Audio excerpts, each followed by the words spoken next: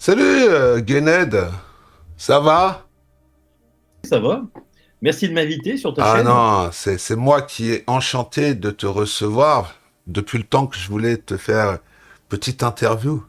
Vous Ah ouais. imaginez, je reçois monsieur, on peut pas le dire parce qu'on est sur YouTube si on va avoir des problèmes. Vous savez, les belles demoiselles, hein. Bon, alors on va commencer par quelques petites questions. Enfin, moi, c'est un peu spécial. C'est pas des interviews avec des questions spéciales. J'ai une question parce que je pense qu'il y a beaucoup de personnes qui se la posent cette question. Mhm. Comment vas-tu?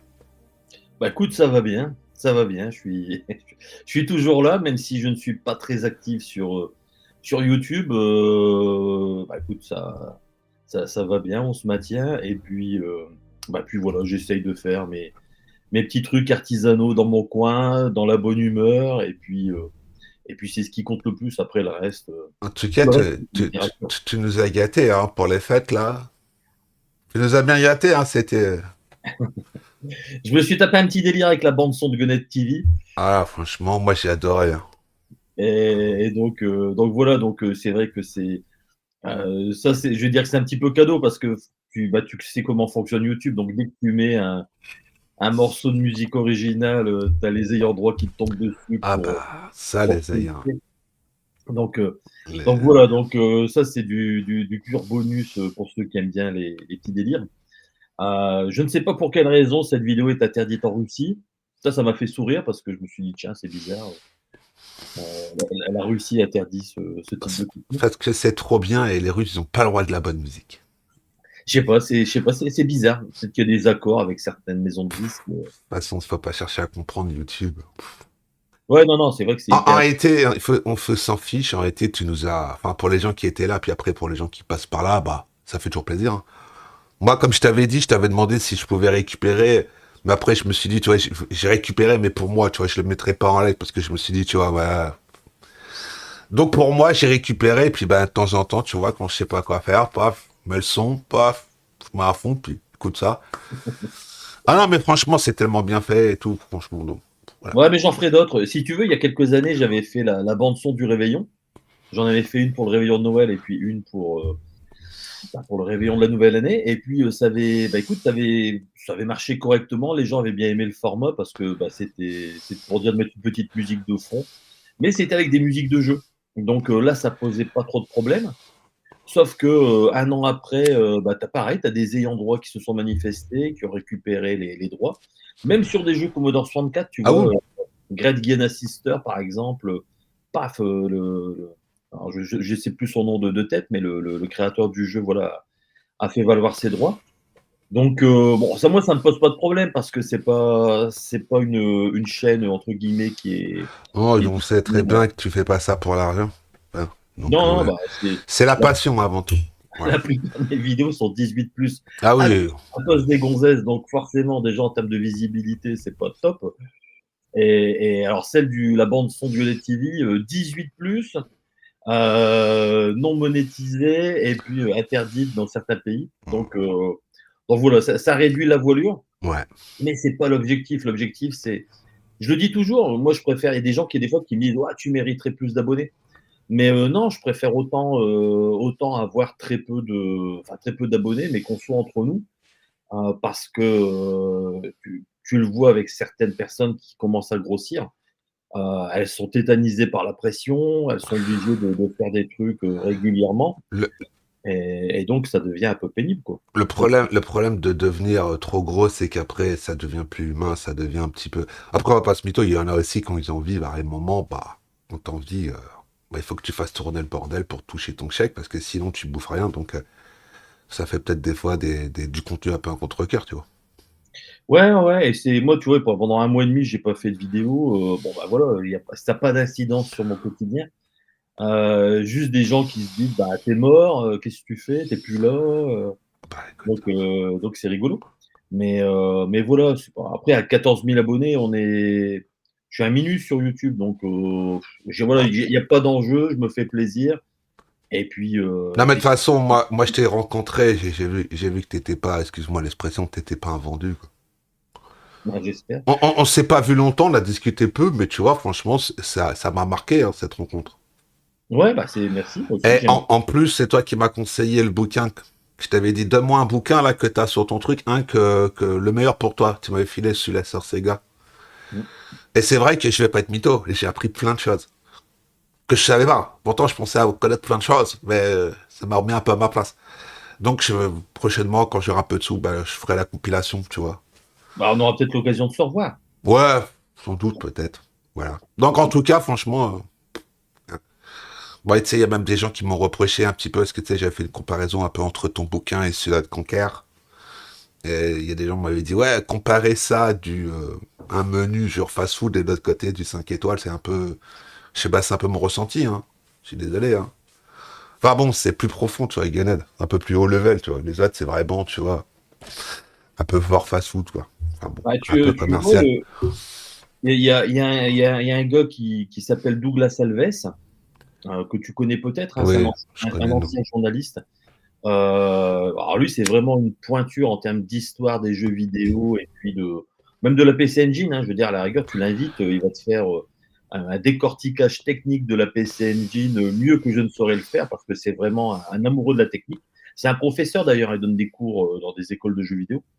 Et Douglas me disait, en fait, toi, il dit, tu as un créneau vraiment à part parce qu'il dit, tes livres, ils sont pas académiques, c'est pas du tout comme les bouquins, les bibles PC Engine, ou tu vois ce qui peut se faire chez Omake Books, Stick and Hmm. Love et autres. Et dis-toi, dis, en fait, tu témoignes, dis, tu racontes ton vécu en tant que joueur. Et il dit ça, dit, c'est un prisme qui est intéressant parce qu'il dit, tu te bases sur la presse spécialisée qui disait beaucoup de conneries à l'époque. Donc, il dit, bah, le fait de raconter toutes ces conneries qui étaient dites à l'époque, tout ça, dit, ça permet aussi de mettre en perspective ben, l'ensemble. Et voilà, il dit, bon, tu as un historien qui va raconter, par exemple, la mise à mort de Marie-Antoinette. Il dit, toi, on a l'impression que tu es le boulanger, tu vois, qui était sur la place et qui a vu la décapitation de Marie-Antoinette et puis qui raconte son anecdote, son point de vue à lui. Donc, il dit, c'est marrant, il dit, toi, tes livres, il dit, c'est un petit peu ça parce qu'il dit, tu parles pas, voilà, il dit, tu prends pas un style en poulet, un style académique. Et c'est vrai que, Tu vois, c'est pas pour te jeter des fleurs, hein, mais tu sais, sur YouTube, je regarde très, très peu de gens. Et je trouve que dans un certain domaine, t'es un peu dans le même style qu'Edouard, tu vois, de rétro-découverte, tu vois. ouais, bah, Mais à ta sauce, tu vois. C'est tellement, ça se voit, c'est des anecdotes vécues, tu vois. On voit que derrière, c'est pas. Bon, lui, c'est plus on dira, de l'imaginaire, tu vois. Il fait de la mise en scène et tout. Toi, ça se voit que, tu vois, c'est au niveau calibre et qualité, tu vois, pour moi, t'es au même niveau que lui, tu vois. Et pourtant, toi, t'as pas autant de moyens que lui, hein. bah, c'est gentil. Moi, c'est surtout une voix off, hein. Oui, mais putain, il y a tout le reste derrière. Tu vois pas. Moi, ce qui me dérange, c'est que tous les gens qui regardent, ils voient pas tout le reste, quoi. Le boulot et tout, tu vois. Mais moi, j'adore ça. Ah, bah, ça se voit que t'adores ça. De toute façon, t'as pas besoin. Voilà, quoi. Je ne te cache pas que même, bon, là, je travaille sur une vidéo qui va être énorme sur la Saturne. Je vais reparler de la Jaguar, Ah, parce que voilà, j'en avais parlé, mais il y a encore des choses à dire. Et puis notamment, pareil, la presse spécialisée, qu'est-ce qu'elle en disait à l'époque, tout ça. Et moi, j'ai eu la chance d'avoir une boutique de jeux vidéo. oui, Donc, à partir de 94, j'étais en pleine effervescence des jeux vidéo. Avant, j'avais monté un club NEC dédié à la PC Engine où je vendais des copieurs, des Pro Fighter Q, des Doctors, des machins, etc. Donc, avec effectivement aussi beaucoup de piratage informatique sur Amiga, sur Super Nintendo, sur Mega Drive. oh, Aujourd'hui, je peux le dire, il y a prescription. oh, Et après ma période de magasin, j'ai fait l'Argus des jeux vidéo, puisqu'en fait, au début, l'Argus des jeux vidéo, c'était uniquement pour le réseau de mes magasins. Et donc, après bah, on l'a vendu à d'autres revendeurs de jeux vidéo. Et c'est comme ça que de fil en aiguille, bah, ça s'est développé. J'ai rencontré bah, beaucoup de revendeurs de jeux vidéo à l'époque, les Ultima, les jeux consoles, les Diffintel Micro, toutes ces boutiques-là. On se retrouvait aussi souvent à l'InnoShow, qui était un salon dédié aux revendeurs spécialisés, qui était organisé par Inelec. Et comme je disais dans ma dernière vidéo, c'est là que j'avais rencontré Julien Chiez entre guillemets, pour la première fois.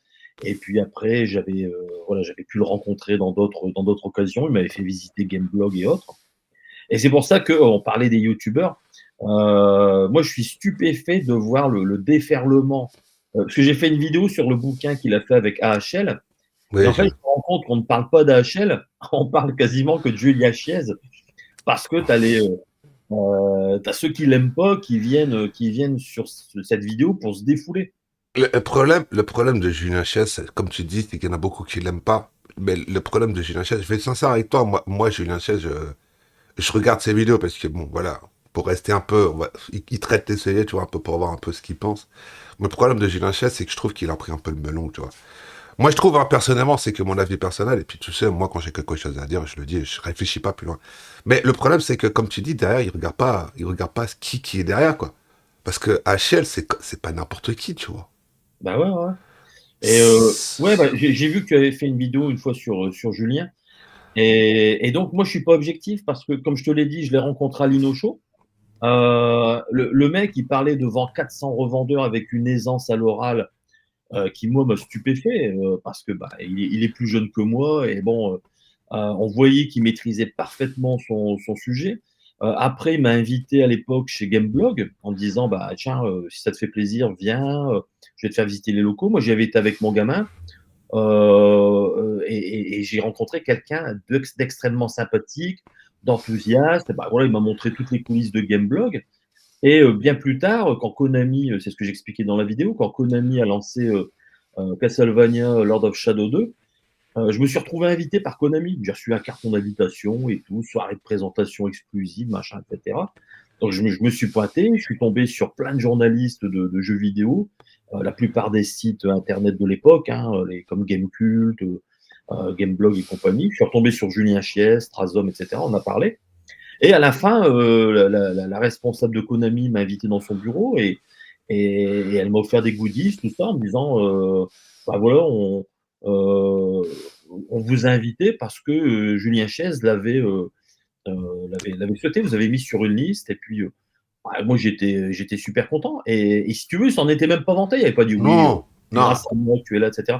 Et j'ai trouvé que le mec en fait était super sympa, très abordable, très accessible.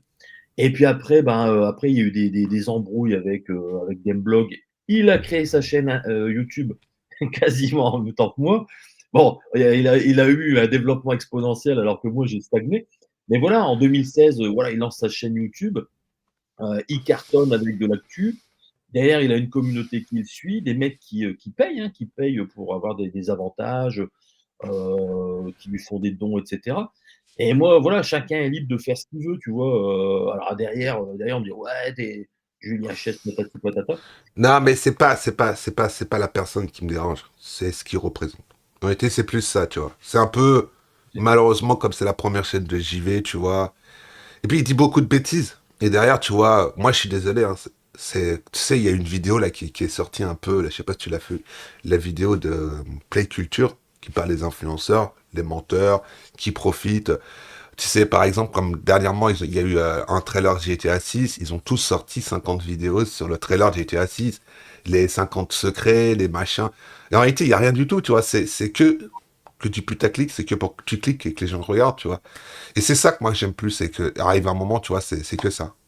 Moi, j'ai rien contre Julien Chaise, hein, c'est ce qu'il représente, tu vois. Ouais, mais après, voilà, après, c'est YouTube qui veut ça. Ouais, c'est le show business, c'est comme ça. Faut pas. Mais tu sais, même moi, j'en joue un peu. Hein, je veux pas te mytho. Hein. Moi, quand je lui tire dessus, on va pas se mentir. Hein, voilà, c'est comme tout le monde. Hein, c'est pour avoir un peu de visibilité, avoir du trafic. Hein. À pas se mentir. Hein. Et ouais, après pour moi, tu vois, c'est un faux débat parce que finalement, Mmh, c'est que du jeu vidéo. oui. Ouais. Lui, il fait ça de façon très pro. Il a compris le fonctionnement de YouTube, donc il en joue. Il faisait aussi comme ça qu'il a développé Gameblog. Hein. Gameblog faisait des covers sur les sorties de consoles, en veux-tu, en voilà. Et puis, bah voilà, tu cliques parce que tu es attiré. Et puis, des fois, bah, tu ressors de la lecture de l'article à l'époque pour Gameblog. Tu dis, bah ouais, finalement, c'est vrai, j'ai rien, j'ai rien Non, appris. t'as rien appris. Et tu as le sentiment peut-être avoir, mais bon, quelque part, c'est pas bien grave en soi. Non, non. Mais il y a le problème. Enfin, quand tu dis que c'est pas bien grave, ça, tu sais, il faudrait que je te réinvite et qu'on en fasse un débat avec d'autres personnes. Enfin, il y a quand même des gens qui sont impactés. dans plein de domaines. Tu sais, quand tu regardes des vendeurs de boutiques, moi j'ai un pote qui travaille chez Micromania, il y a des gens qui vont le voir, ils lui posent la question quand est-ce qu'elle sorte la PlayStation Pro, tu vois. Le mec il dit mais il n'y a rien d'officiel, il n'y a rien du tout. Mais oui, mais Julien Chaise l'a dit. Ouais. Et encore quand on a un comme ça, mais quand on a plusieurs à chaque fois que ça vient et que tu dois expliquer, ça devient redondant, ça fatigue les gens, tu vois. Ouais, mais après, si tu veux, les gens prennent tout pour parole d'évangile. C'est ça le problème. Et ça, moi, ça me sidère. Je veux dire, le débat est tellement vaste, mais je veux dire, tu peux reprendre tout ce qui a pu être dit en termes de communication politique Ah oui, bah ça. depuis le Covid et tout le reste. Je veux dire, tout le monde a pris tout pour argent comptant, et puis voilà, on fait avaler des couleuvres aux Français. Et ça, j'estime que c'est parfois plus grave Ah oui. voilà, que des histoires de jeux vidéo, de PlayStation, machin, compagnie. Après, voilà, ils sont là, ils font leur business. euh, Tu as tout dit. parce que voilà, il faut bien faire tourner la boutique, parce que derrière, je pense que Julien Chaise, il a des monteurs à payer. Il a peut-être aussi des collaborateurs qui gèrent aussi euh, sa communauté et autres. Il fait partie d'un réseau, donc tu sais, des networks, donc il faut aussi rémunérer le network. Ah, je sais pas, je crois pas que Julien Chaise a un network, hein.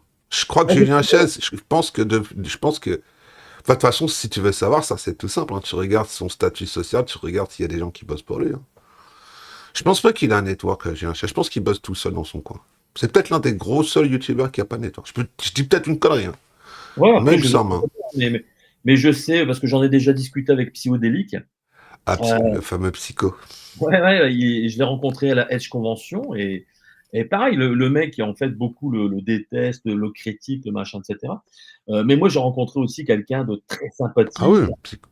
très avenant, et puis voilà, qui dit ce qu'il pense, et puis bah, ça plaît pas, mais voilà, ses propos n'engagent que lui, point barre. Je veux dire, après, Exactement. et t'es pas d'accord avec lui, bah Ah, tu tu vois bien. regardes pas.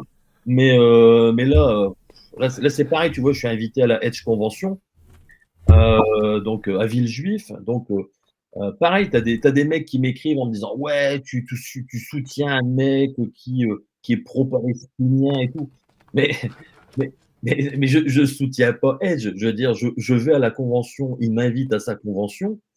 Après, ses propos effectivement n'engagent que lui, c'est son point de vue, il a le droit de s'exprimer. On est en France, et je vois pas en quoi je vais boycotter Edge parce qu'il a fait telle ou telle déclaration.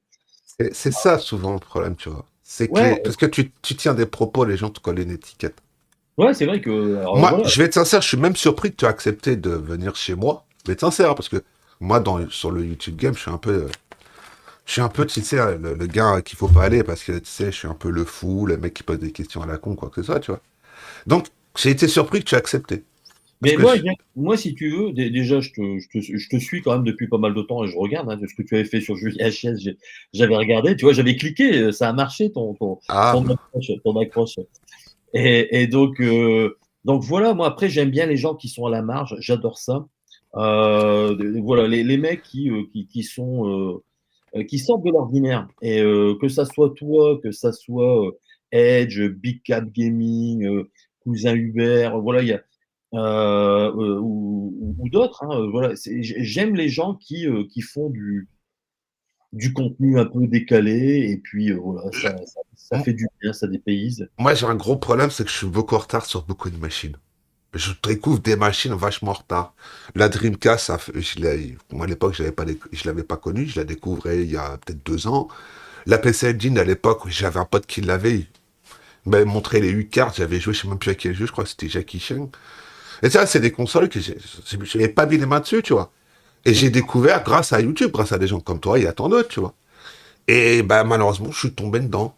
Puis bah maintenant, bah voilà, tu vois, je joue quasiment qu'avec des consoles rétro, à cause de vous. Pas bien ça, les gars. Après, à part ça, je pense que j'ai une question qu'il y a beaucoup de gens qui se posent cette question, puisque ça a été un peu... ouais, je vais être sincère avec toi, tu sais, moi, quand tu avais eu ton problème là, que il y a des gens qui ont fait une espèce de cagnotte pour toi, et derrière, tu vois, il n'y a pas une nouvelle.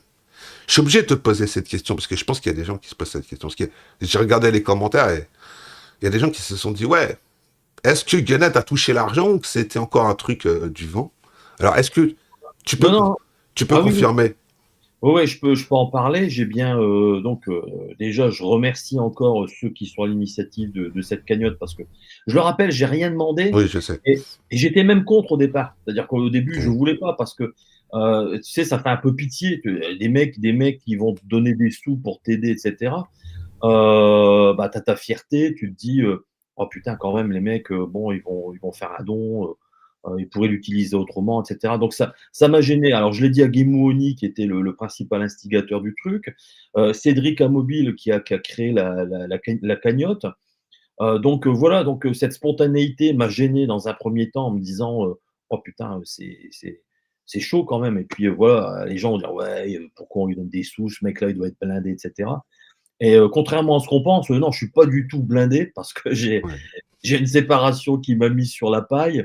J'ai vraiment connu des galères financières comme certains peuvent en connaître et j'en parlais encore il y a pas si longtemps avec Guémouni, c'est parfois humiliant, tu vois, d'être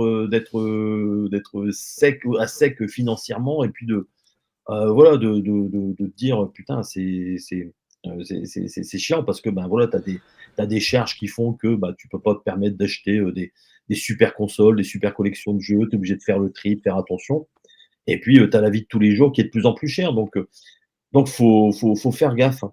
Donc voilà, donc j'avais vraiment un peu, un sentiment de gêne par rapport à ça en disant: «Putain, les mecs, ils font une cagnotte et tout». Mais oui, ça m'a été très utile parce que, si tu veux, la cagnotte n'a même pas été suffisante pour couvrir l'ensemble des frais judiciaires. Tu sais, quand tu serres la main à un avocat, Ouais. tu as déjà perdu 2 000 €, ouais. Donc voilà, donc ça va très, très vite parce que, ben, on ne joue pas à armes égales, c'est-à-dire qu'en face, celle qui m'attaque politiquement, ben, bénéficie de l'argent de la mairie. C'est-à-dire qu'elle, elle peut m'envoyer des huissiers de justice, elle peut tout faire, prendre le meilleur avocat, de la place, d'Arras pour pouvoir, être défendue. Tout est payé, rubis sur l'ongle par la municipalité. On ne joue pas à armes égales et c'est là où moi ça effectivement ça me choque et c'est comme ça que j'ai compris l'intervention des poteaux en disant: «Bah, effectivement, on joue pas à armes égales, c'est pas un truc de jeu vidéo, c'est un truc local, mais comme on t'aime bien, on a envie de t'aider. On a envie de t'aider et donc on va le faire, on va faire une cagnotte» et donc voilà, donc le jugement, c'est au mois de février, donc c'est pour ça que moi j'en parle pas parce que, il faut faire très attention Ouais, ouais, ouais. parce que, pour l'anecdote, tu vois, l'avocate de la partie adverse est allée voir la vidéo de Guy et elle pensait que c'était moi avec un masque, tu vois? Donc alors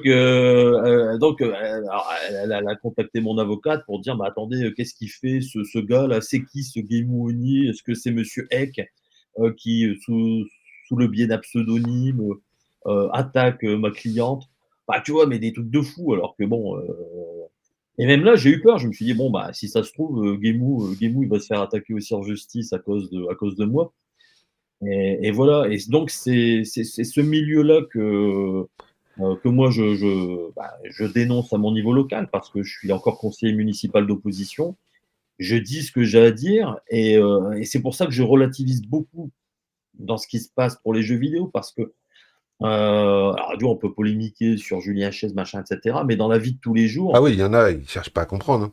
voilà, tu as quand même des abus et là, moi, j'estime que c'est quand même de l'argent public. Ah oui, Heu, de ce côté-là, je suis tout à fait d'accord avec toi. Moi, quand j'ai vu la vidéo, je vais être sincère, j'ai dit, mais c'est quoi ce délire?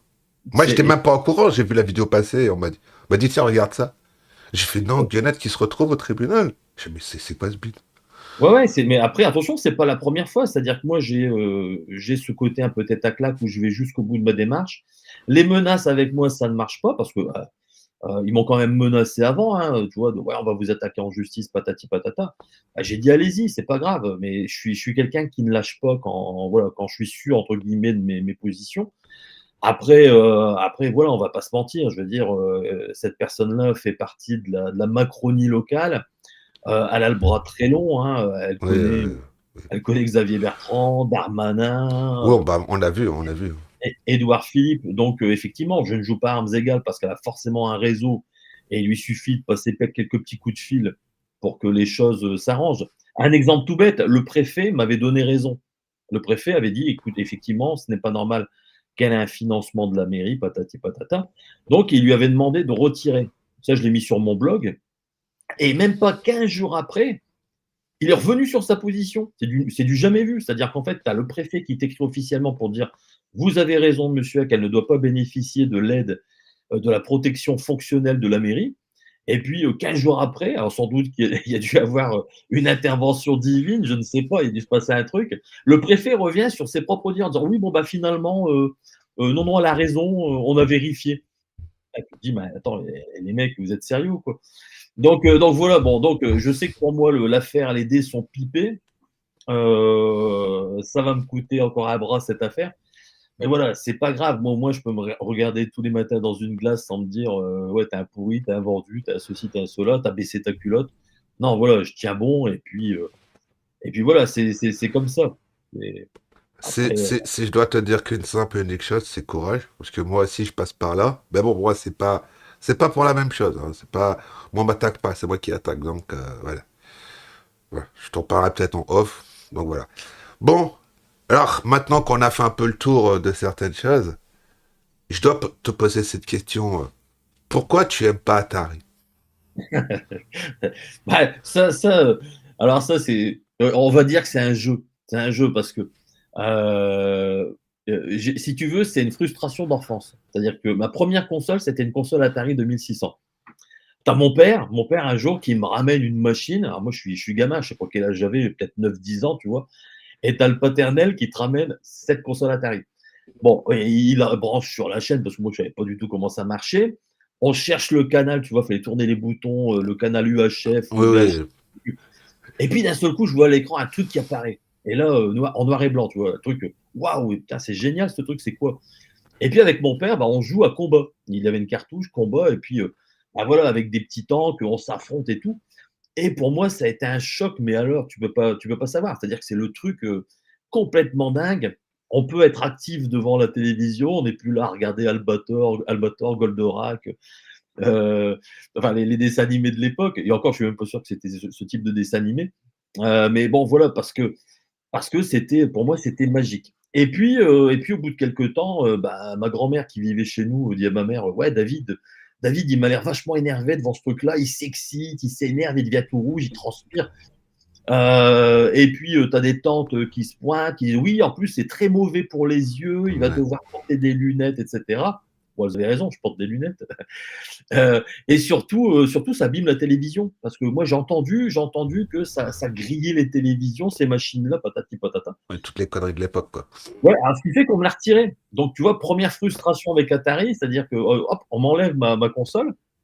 Alors bon, quelques mois plus tard, je l'ai déjà expliqué dans mes vidéos, mais j'ai pu récupérer un Videopack Plus. Donc on devait être en 82, je sais plus trop, mais enfin peut-être une année, voire 2 années. Quand tu es gamin, tu as plus Hmm. forcément la notion du temps, mais je sais qu'après, bah, à force de dire: «Ouais, mais j'aimerais bien quand même avoir une machine». Bon, ils ont cédé et ils m'ont pris un ordinateur de jeu qui, en fait, bon, n'était pas du tout un ordinateur, hein, c'était un truc, une console avec un clavier à membrane, c'était une grosse arnaque, le Videopack Plus. Mais bon, malgré tout, j'étais content. Et puis après, bah, j'ai suivi ma petite évolution et puis, j'ai eu un Commodore 64. Et Ouais. là, j'étais le roi du pétrole, Commodore 64, le meilleur ordinateur, patati Ah, à patata. l'époque, c'est. Moi, j'ai pas connu ces machines-là. Moi, je suis resté que sur console. Moi. Et puis tu vois, puis alors voilà, j'étais dans la cousinade avec mes cousins, même avec mon petit frère, j'étais le mec le plus au top de la technologie parce que j'ai aussi acheté ensuite une Sega Master System. Donc tu vois le Commodore 64, puis la Sega Master System. Et puis boum, d'un seul coup, mes cousins, ils font leur communion et ils ont des Atari ST. Et là, seconde frustration. Je veux dire, d'un seul coup, ça devient eux les leaders technologiques avec un ordinateur 16 bits complètement fou. Moi, je bavais chez mes cousins en disant putain, mais il est trop génial cet ordinateur, etc. Et puis eux, s'éclataient. Et à partir de là, bah, moi, si tu veux, j'ai bifurqué vers les consoles un peu comme toi, c'est-à-dire que j'étais à fond PC Engine, c'est-à-dire qu'après la Sega Master System, je suis passé à la PC Engine et là, ça a été vraiment un coup de cœur, donc je me suis mis à fond dans la PC Engine avec, après j'ai fait l'acquisition du lecteur CD-ROM, et cetera, et cetera. Et puis, quand il a fallu acheter un ordinateur, logiquement, je voulais acheter un Atari, mais je me suis dit: «Non, je vais pas faire comme eux» parce que bon, Atari, j'ai regardé les comparatifs dans la presse. Dans la presse, tout le monde dit que l'Amiga est meilleur. Donc heu, donc j'ai opté pour l'Amiga, j'ai acheté un Amiga 2000 à l'époque, heu en disant effectivement que c'était pour travailler, patati patata, que c'était un ordinateur sérieux. Ouais, Alors c'était plutôt pour jouer, ouais. ouais, ouais, alors avec, Heu, toutes les économies, tu vois, que tu peux avoir, lors de tes anniversaires, lors de Noël et puis machin et cetera. Bon, bah, revente aussi de jeux. À partir de là, bon, bah, voilà, j'avais une petite cagnotte et puis, bah, mes parents ont mis le complément. J'ai eu, mon Amiga 2000 d'occasion. On l'avait racheté à un gars qui était parti vivre sur Paris, donc sur les petites annonces du coin, hein, tu vois, dans les journaux, qu'on distribuait, dans les boîtes aux lettres. J'avais vu Amiga 2000, alors je sais plus le prix, hein, peut-être 6 000 francs, c'était cher, mmh, mais c'était encore abordable et c'était voilà, on est allés, c'était 2 petits vieux qui nous ont reçus et ils nous avaient dit que, bah, leur fils était parti vivre sur Paris, il était architecte.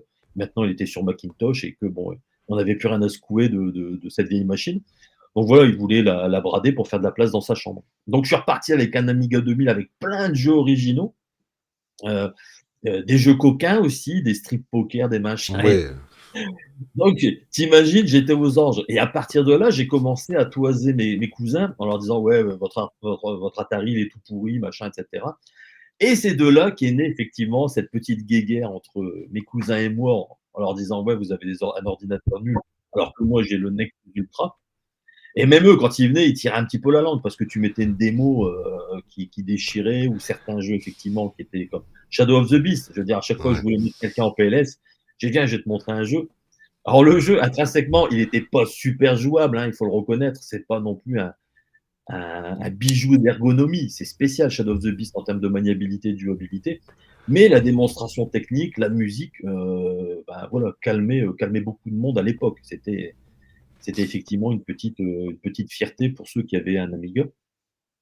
Et donc voilà, donc après, bah, c'est quand j'ai fait ma chaîne bien plus tard, tu te doutes que la guerre Elle é était encore là et était pour moi, elle était enterrée. Mais si tu veux, quand j'ai commencé à taquiner les ataristes, je me suis retrouvé au cœur d'une polémique, avec des mecs, qui prennent ça super à cœur, tu ah vois? ouais, ouais, En disant: «Ouais, mais on s'en fout les mecs, hein», tu vois? C'est un peu comme pour les polémiques autour de Julien Chiez, c'est que du jeu vidéo, on s'en ouais, fout. ouais, ouais, Donc moi, comme je suis très taquin, bah, j'ai continué à surenchérir sur le truc.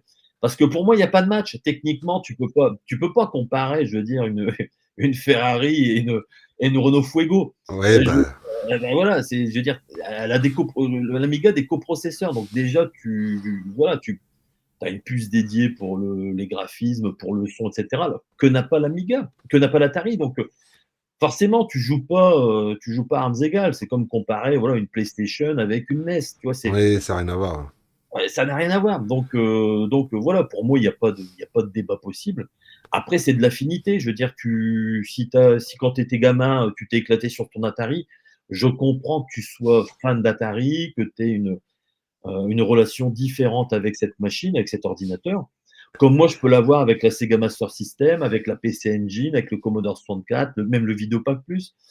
C'est de l'affectif parce que c'est des machines que tu as eues dans ton enfance, Ouais, dans ta jeunesse, à une époque où tu étais insouciant, où, ta principale préoccupation, bah, c'était de savoir comment terminer le jeu, tu vois? Tu t'en foutais un petit peu de tout ce qui t'entourait et donc, c'était une époque forcément, c'est ce qu'on appelle les madeleines de Proust. C'est une époque que tu aimes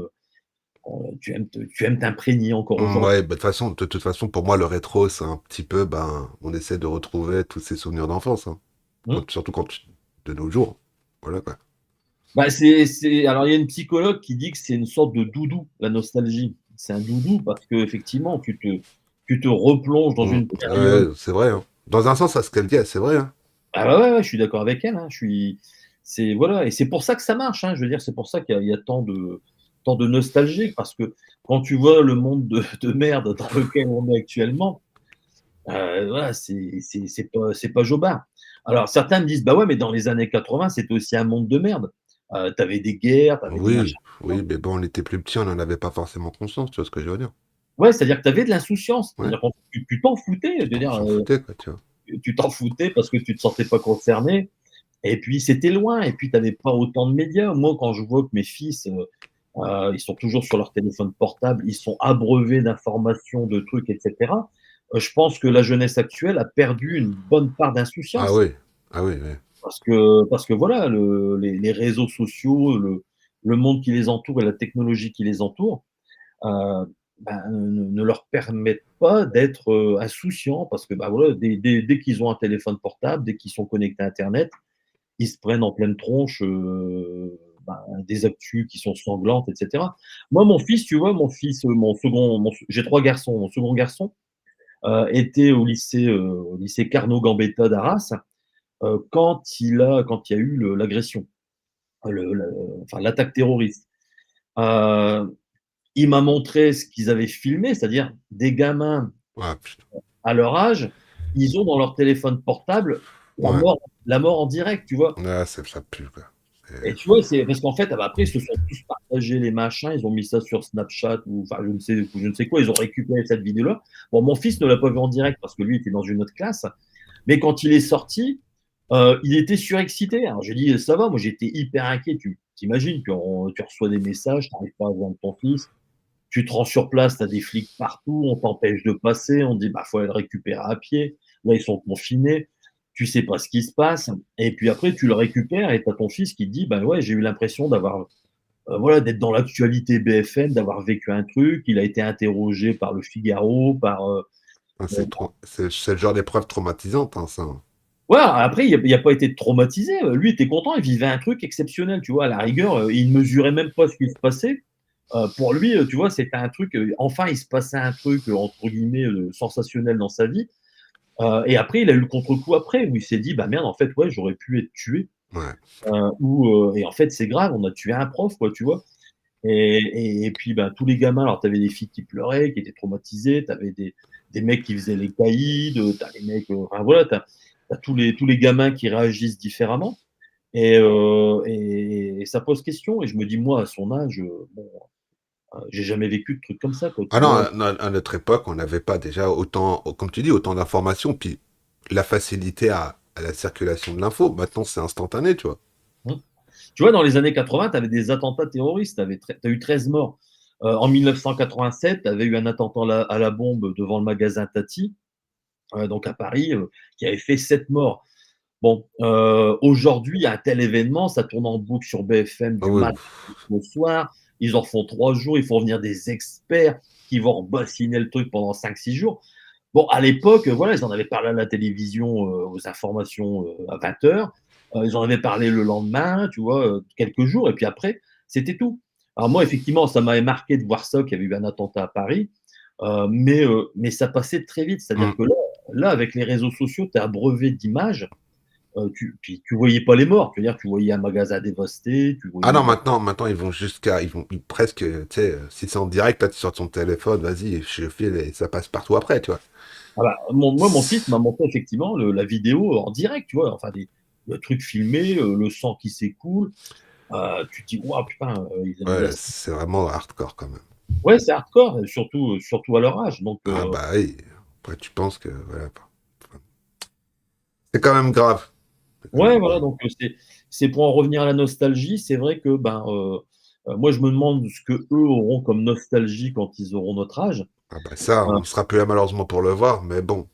et puis c'est différent parce que les années 80, quand tu vois encore aujourd'hui l'impact que ça, même sur les jeunes générations, moi, autour de moi, il y a des jeunes qui adorent les années 80, d'un point de vue musical, d'un point de vue Hum. de la mode et tout. Enfin, et je me dis, on a eu la chance de le vivre en direct avec un foisonnement de machines. Je veux dire, dans Tilt, tu avais 41 ordinateurs au bord d'essai. T'imagines 41 Ouais. ordinateurs différents au bord d'essai. Les consoles, j'en parle même pas. Je veux dire, moi, quand j'ai ouvert ma boutique, tu as des mecs qui voulaient la Fenton Marty, d'autres qui voulaient la Bandai Playdia parce que c'était des fans de Dragon Ball. D'autres, ils attendaient la Neo Geo CD, d'autres, ils attendaient la Saturn. Moi, j'attendais la PCFX de NEC parce que j'étais un fan de la PC Engine et je pensais que voilà, elle allait être compatible avec mes jeux PC Engine. D'autres, c'était la PlayStation. Enfin, voilà, tu avais le CD32 qui allait sortir, l'Atari Jaguar, la Panasonic 3DO. C'était un truc, on a vécu une période de folie. Alors, je peux comprendre qu'effectivement, toi, par exemple, tu peux te dire, ouais, moi, j'étais un petit peu en décalage par rapport à tout ça parce que j'ai pas connu ces machines et je les redécouvre aujourd'hui. Mais moi, c'est pareil. Je veux dire, moi, j'étais vendeur, donc je vendais des machines, mais j'avais pas forcément de les tester à fond. Et même aujourd'hui, quand je redécouvre des jeux Super Nintendo, je suis émerveillé en me disant: «Putain, à l'époque, je suis passé à côté d'une pépite». Ah bah ça, tu sais, moi c'est pareil, parce que bon, moi j'ai eu ma grosse période de retour dans le rétro, hein. Moi, il y a pas si longtemps que ça va faire quoi, peut-être 4 ans que je me suis remis à fond dans le rétro. Avant, tout ça, c'était un petit peu, tu vois. Mais depuis que je suis retombé dedans, bah malheureusement, je lâche plus. Je suis retourné en enfance, quoi. Ouais. Et il y a beaucoup de gens qui critiquent ma chaîne parce que je suis retombé à la base, quoi, tu vois. Parce qu'avant, je faisais PlayStation, Xbox, Nintendo Switch. Bah, tu vois, maintenant, ça, c'est un peu à côté, tu vois. Je- Ouais, enfin, tu te défends bien sur, Mario Kart, hein, j'ai vu ça, Ouais, voilà. Mario Kart. Mario Kart, c'est un jeu que tu sais qu'à force de le faire, tu connais le jeu, tu vois. Voilà, quoi. Non, mais moi, je voulais te poser quelques questions parce que tu sais, comme dernièrement, là, j'ai rentré une analogue duo. Je voulais te poser quelques questions par rapport à la PC, à la PC Engine. C'est quoi aurait été la grosse différence? Parce que j'ai vu qu'il y avait plein de jeux qui étaient sur UCART et qui étaient aussi sur CD. C'est juste la qualité du son qui change. Ouais, c'est-à-dire qu'en fait, tu prends par exemple le PC Genjin, Mhm, ils en ont fait une version CD Genjin mhm. avec une bande son complètement folle, des petits dessins animés. C'est d'ailleurs ce qui a causé la perte de NEC et d'Hudson Soft, de la PCFX. C'est-à-dire qu'en 88, quand ils sortent le CD-ROM, ils frappent très très fort parce qu'ils permettent d'avoir des animations, des petits dessins animés dans les jeux CD. Ils avaient 540 mégas disponibles, ils ne savaient pas quoi en foutre. Donc ils ont dit on va mettre des musiques symphoniques, et puis on va faire des dessins animés, des machins, etc. Et donc dans leur esprit, ils pensaient qu'effectivement les gens allaient vouloir de meilleurs dessins animés, de meilleurs graphismes, etc. avec quelque chose de très sympa. Et c'est pour ça que la PCFX, elle a été conçue un peu dans cet esprit-là, en se disant ça va être le prolongement de la PC Engine, sauf qu'on pourra avoir des dessins animés je veux dire, avec une fluidité incroyable, avec un réalisme, etc. Et ils ont mal anticipé le fait que les gens voulaient de la 3D. Voilà, les gens, ils réclamaient de la 3D, des jeux, de l'immersion, enfin, d'autres façons de jouer. Donc, ça a été un petit peu leur perte, mais ça a été un petit peu le fer de lance de la PC Engine parce que elle permettait des dessins animés. Moi, il y a un titre qui m'avait sidéré à l'époque, c'était Faris Tofeden Manjimalu, série Tengai Makyo, que je ne connaissais pas, je ne parlais pas un mot de japonais. Et quand j'ai découvert ce jeu et que j'ai eu la chance d'avoir une connaissance qui parlait japonais et qui m'a initié au jeu, c'était Monsieur Berlinguet qui était prof à l'université de Lille et qui vivait avec une japonaise, donc il parlait couramment le japonais, et sa femme aussi, elle était encore forcément meilleure que lui, et elle nous aidait à découvrir le jeu. Pour moi, c'est un instant qui restera très important dans ma vie parce que voilà, j'ai compris un jeu typiquement japonais, un RPG complètement fou, avec des scènes en veux-tu en voilà qui étaient dingues, qui me scotchaient à l'époque en disant mais c'est le plus beau jeu vidéo du monde, tu vois, c'était un AAA avec je sais plus de 100 personnes qui avaient bossé dessus, avec des orchestrations symphoniques, un truc de fou, c'était du jamais vu, et ça préfigurait de ce qu'allaient devenir les jeux vidéo à l'avenir parce que Hudson Soft s'était fait plaisir avec ce jeu-là et ça leur avait coûté un bras. Je ne sais pas s'ils sont rentrés des en sous, je pense que oui, mais bon, voilà, c'était un investissement important à l'époque. C'était effectivement du jamais vu. Mais voilà, donc après, tu as aussi, entre guillemets, l'amortissement des licences. Tu prends par exemple Altered Beast, il existe en UCARD, il existe en CD-ROM, mais c'est le même jeu. Si ce n'est que voilà, ils avaient acheté la licence à Sega, donc ils voulaient l'amortir à mort. Donc ils l'ont développé sur UCARD, mais ils ont aussi fait une version CD pour se dire bon bah voilà, on va proposer des musiques Mais au top. tu sais, il y a peu de personnes, enfin, peu de personnes. Aujourd'hui, tu sais, quand tu fais une rétrospective, la PC Engine, elle est vraiment peu connue en réalité. Il y a peu de personnes qui s'intéressent hein, quand tu regardes. Ouais, ouais, ouais, bah moi C'est- c'est un petit peu pour ça que voilà ma chaîne s'appelle Gunhead et que j'ai fait beaucoup de vidéos PC Engine et je vais encore en faire une prochainement, enfin si j'ai le temps, hein, mais avec une sélection de mes jeux, c'est-à-dire les jeux PC Engine tels que je les ai découverts au fur et à mesure, et à chaque fois l'effet waouh qui me procurait. Donc voilà, je vais faire une narration sur les jeux je vais pas faire un top 10 des jeux PC Engine parce Non, que allez, je pense que ce sera une vidéo que je vais regarder avec grande satisfaction. ouais, parce que voilà, je vais raconter mes anecdotes personnelles par rapport à ça. Et puis l'effet Waouh, ça va pas l'effet Yaoux. Tu sais, moi, je vais être sincère avec toi. Moi, la PC Engine, je connaissais quasiment pas. Quand ils ont sorti la mini, bon, je l'ai acheté. Ouais, parce que j'en avais fait quelques-uns de jeux en émulation. Mais je m'avais jamais réellement arrêté sur le catalogue. Et là, tu sais, ça va peut-être te faire rire. Mais tu en as parlé. Tu sais, moi, je l'appelle PC Kid, hein. C'est parce que tu Ouais. sais. Ben, il y a 3 versions. Et je l'ai fait sur mon linker. Et franchement, mais comment il est barré ce jeu. J'adore le jeu, tu vois. Donc là, j'essaye de trouver les 3-8 cartes, mais bon, quand tu regardes le prix, ça commence à piquer, donc quand je vois une occasion qui passe, je surveille, si ça peut tomber dans mon escale, je prends. Je suis même pas obligé parce que j'ai le linker, mais c'est juste pour dire, au moins j'ai ces 3 jeux-là, tu vois. Bah ouais, t'as comme ça des pépites sur PC Engine parce qu'en fait, ça a été la console quand elle est sortie en 87, sa rivale c'est la Famicom. C'est-à-dire qu'en Mais, fait, mais, tout, le monde- tout le monde la compare avec la Mega Drive. mais tu vois, ce qui m'étonne, c'est que tout le monde dit la PC Engine, c'est la console des shoots. Hmm. C'est vrai qu'il y a beaucoup de jeux, il y a beaucoup de shoots, hein, mais il y a d'autres jeux. Ouais, ouais, ouais. Et ça, c'est le côté un peu réducteur parce que beaucoup ont dit effectivement c'est la console des shoot 'em up parce que tu avais énormément de titres de ce genre-là. Et même vers la fin, c'était un peu chiant parce que tu avais quasiment que des shoots. Donc, ils faisaient vraiment plus preuve d'imagination en termes de développement, c'est-à-dire que tu avais soit du RPG ou soit du shoot, et ils délaissaient un petit peu les autres jeux type action, plateforme et compagnie. Donc, c'était un petit peu, vers la fin, c'était un petit peu chiant parce que tu sentais que la console était vraiment en fin de vie et à chaque fois, ils savaient qu'en sortant un shoot 'em up, ils atteindraient un seuil de rentabilité rapidement parce que les shoot 'em up, c'est pas trop compliqué à développer, ça va vite, alors que bon, un RPG ou d'autres styles de jeux, c'est parfois un peu plus compliqué. Mais là, la période, l'âge d'or de la PC Engine, je veux dire, quand elle est sortie, effectivement, c'était sa rivale, c'était la Famicom, et elle a envoyé du lourd. Elle a été conçue comme un core système sur lequel allait pouvoir venir se greffer effectivement un lecteur CD-ROM. euh, et derrière, ce qui fait la force, c'est que tu as des systèmes de cartes, des systèmes cards, qui rajoutent de la mémoire. Donc, Mmh. les premiers jeux CD étaient sympas, mais en fait, ils étaient limitants en termes de mémoire tampon. Ce qui fait que quand ils ont sorti la carte 3.0, ça a été une révolution. Et c'est là qu'ils ont appelé Super CD-ROM. Parce que tu as les CD-ROM, ensuite tu as eu les Super CD-ROM. Et tu te disais, mais c'est quoi un Super CD-ROM Et c'était simplement de la mémoire en plus. Ouais, Donc, ouais, ouais. Non, mais à l'époque, je suis désolé, mais techniquement, ils étaient vachement en avance sur ce qu'il y avait à côté, hein.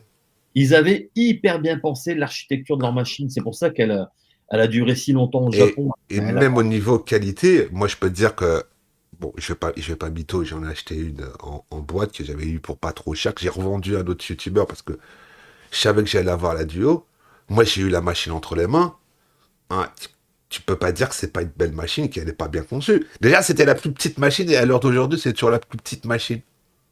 ouais, et puis Et elle a été c'est bluffant. Même moi, je vais être sincère, tu vois, moi, je l'ai eu entre les mains, j'ai dit, putain, ça envoie quand même.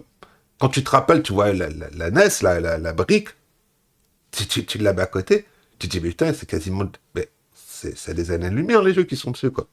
Ouais, et c'est pour ça qu'au Japon, elle a si bien marché, parce que tu sais, l'espace Oui, coûte cher au Japon. oui, oui, Et c'est donc, ça. le fait de sortir une console miniature qui prend pas trop de place et qui est surpuissante, les Japonais ne pouvaient qu'adorer. Et quand ils ont sorti la version TurboGrafx 16 aux États-Unis, ils l'ont grossi Oui, artificiellement. oui, c'est assez. C'est un truc de fou en disant non, mais nous, les Américains, plus c'est gros, plus c'est mieux. Ah bah Plus ouais.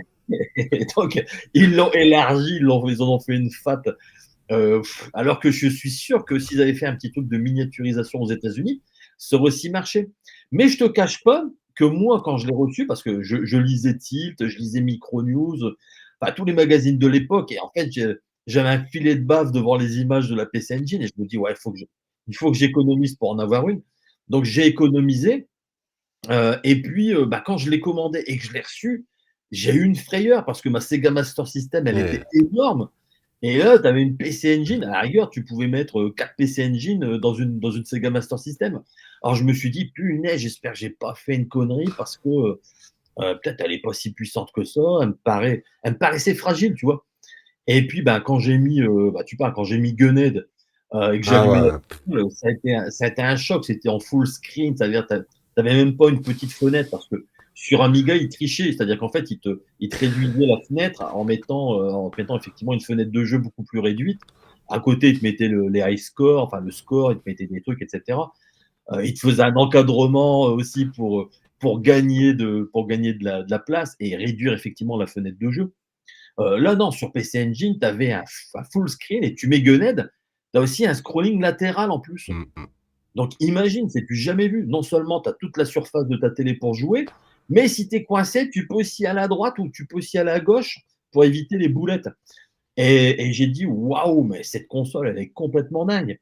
Et donc voilà, tu commences avec Gunhead, tu te prends une claque monstrueuse. Bien sûr, dans le contexte de l'époque. Hein. Ah oui, Maintenant, bah oui, on va se remettre dedans. maintenant, tu vas pas affoler les donzelles en leur montrant une PC Engine. Mais voilà, à l'époque, effectivement, ça envoyait du lourd. Donc, cette console a été super bien conçue d'un point de vue de son architecture. Et puis, les jeux qui sont arrivés, ils étaient dépaysants. Alors, au début, tu vois, je voulais rester dans ma zone de confort. J'achetais des Shinobi. Tu vois, Shinobi, parce que je l'avais sur Sega Master System, donc je l'achetais sur PC Engine. J'ai acheté Outrun par la suite, Afterburner, parce que voilà, c'était ma zone de confort Sega. J'étais rassuré. Mais après, quand j'ai commencé à découvrir des titres comme Mister Ellie, comme Jackie Chan plus tard, PC Kid, tout ça, ça a été effectivement une culture supplémentaire en termes de jeux vidéo que je ne connaissais pas, parce que c'était des jeux qui étaient un peu déroutants. Tu prends Jackie Chan, bon, j'avais déjà vu ses films, mais je me disais, bon, Mais ça. même Jackie Chan, hein, moi je l'ai lancé dernièrement, je peux te dire que même techniquement, tu vois, on est en 2023, franchement, il n'a pas à rougir par rapport à d'autres machines, par exemple à une Mega Drive ou une Super Nintendo. Ah non, mais c'est encore l'un de mes jeux préférés, moi, Tu, Jackie tu- Chan. tu vois, franchement, la taille des sprites, les animations, les musiques. Et puis, il est rigolo, c'est-à-dire qu'en Oui, fait, il est super fun. Moi, tu vois, je vais être sincère, je connaissais pas énormément, tu vois, le catalogue. Mais je découvre, parce que bon, je stream pas tout non plus, hein, je vais être sincère, c'est pour mon plaisir perso. Mais il y a des jeux, ils sont complètement barrés, quoi. Il y a vraiment, pas à dire enfantin, mais c'est vraiment, tu vois, du fun, quoi. ouais. C'était vraiment, pour l'époque, tu vois, t'avais pas ce genre de jeu. Moi, je me rappelle, c'est sur la NES, sortie de Mario, euh, Zelda sur la NES, sortie de ça, de quoi tu te rappelles? Bon, moi, les Goonies, enfin, j'en ai fait beaucoup, tu vois, mais des jeux aussi fun. J'ai pas de souvenir d'avoir des jeux aussi fun que ça, aussi barrés, tu vois.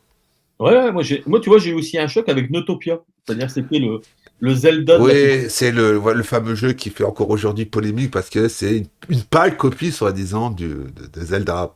Ouais. Et pourtant, quand tu vois, je veux dire, quand tu vois Notopia 2, à la rigueur, t'as même la sensation inverse parce que Zelda 3 est sorti après les Notopia. Et t'as l'impression que les gars de chez Nintendo, Ils ont tout pompé, ils ont tout pompé. ils se sont dit, ah putain, c'est pas mal ce qu'ils ont fait, on va repiquer cette idée-là. Alors, bien sûr, voilà, il faut comparer ce qui est comparable. Le Zelda 3, il est quand même un niveau au-dessus d'un point de vue technique, d'un point de vue scénario, etc.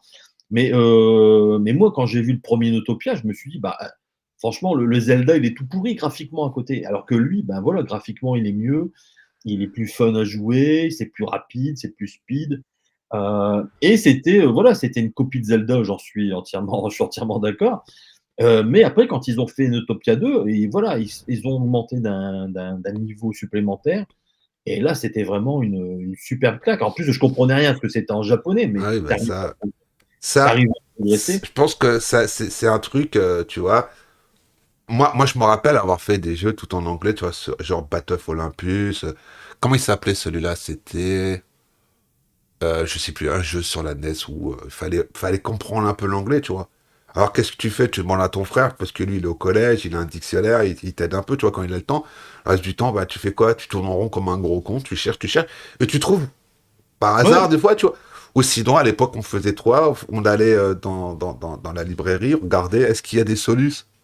Bon, je pense que sur PCLJ, il devait pas en avoir autant que ça, sinon il fallait prendre la presse Non. spécialisée. Hein. Je te parle de Faristofeden. Là, c'est pareil, c'est-à-dire que je reçois le jeu. Je suis avec mon pote Jean-Luc. On est à l'université. Lui, il achète. Alors, je sais plus comment il s'appelait. Ça devait être Davis Cup. Il achète le jeu de tennis.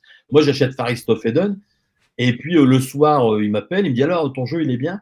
Bah, je fais écoute, je suis hyper déçu parce que je tourne en rond. Donc, je suis bloqué. Je peux pas passer un passage. Je tourne en boucle, etc. J'ai dit franchement, c'est la galère.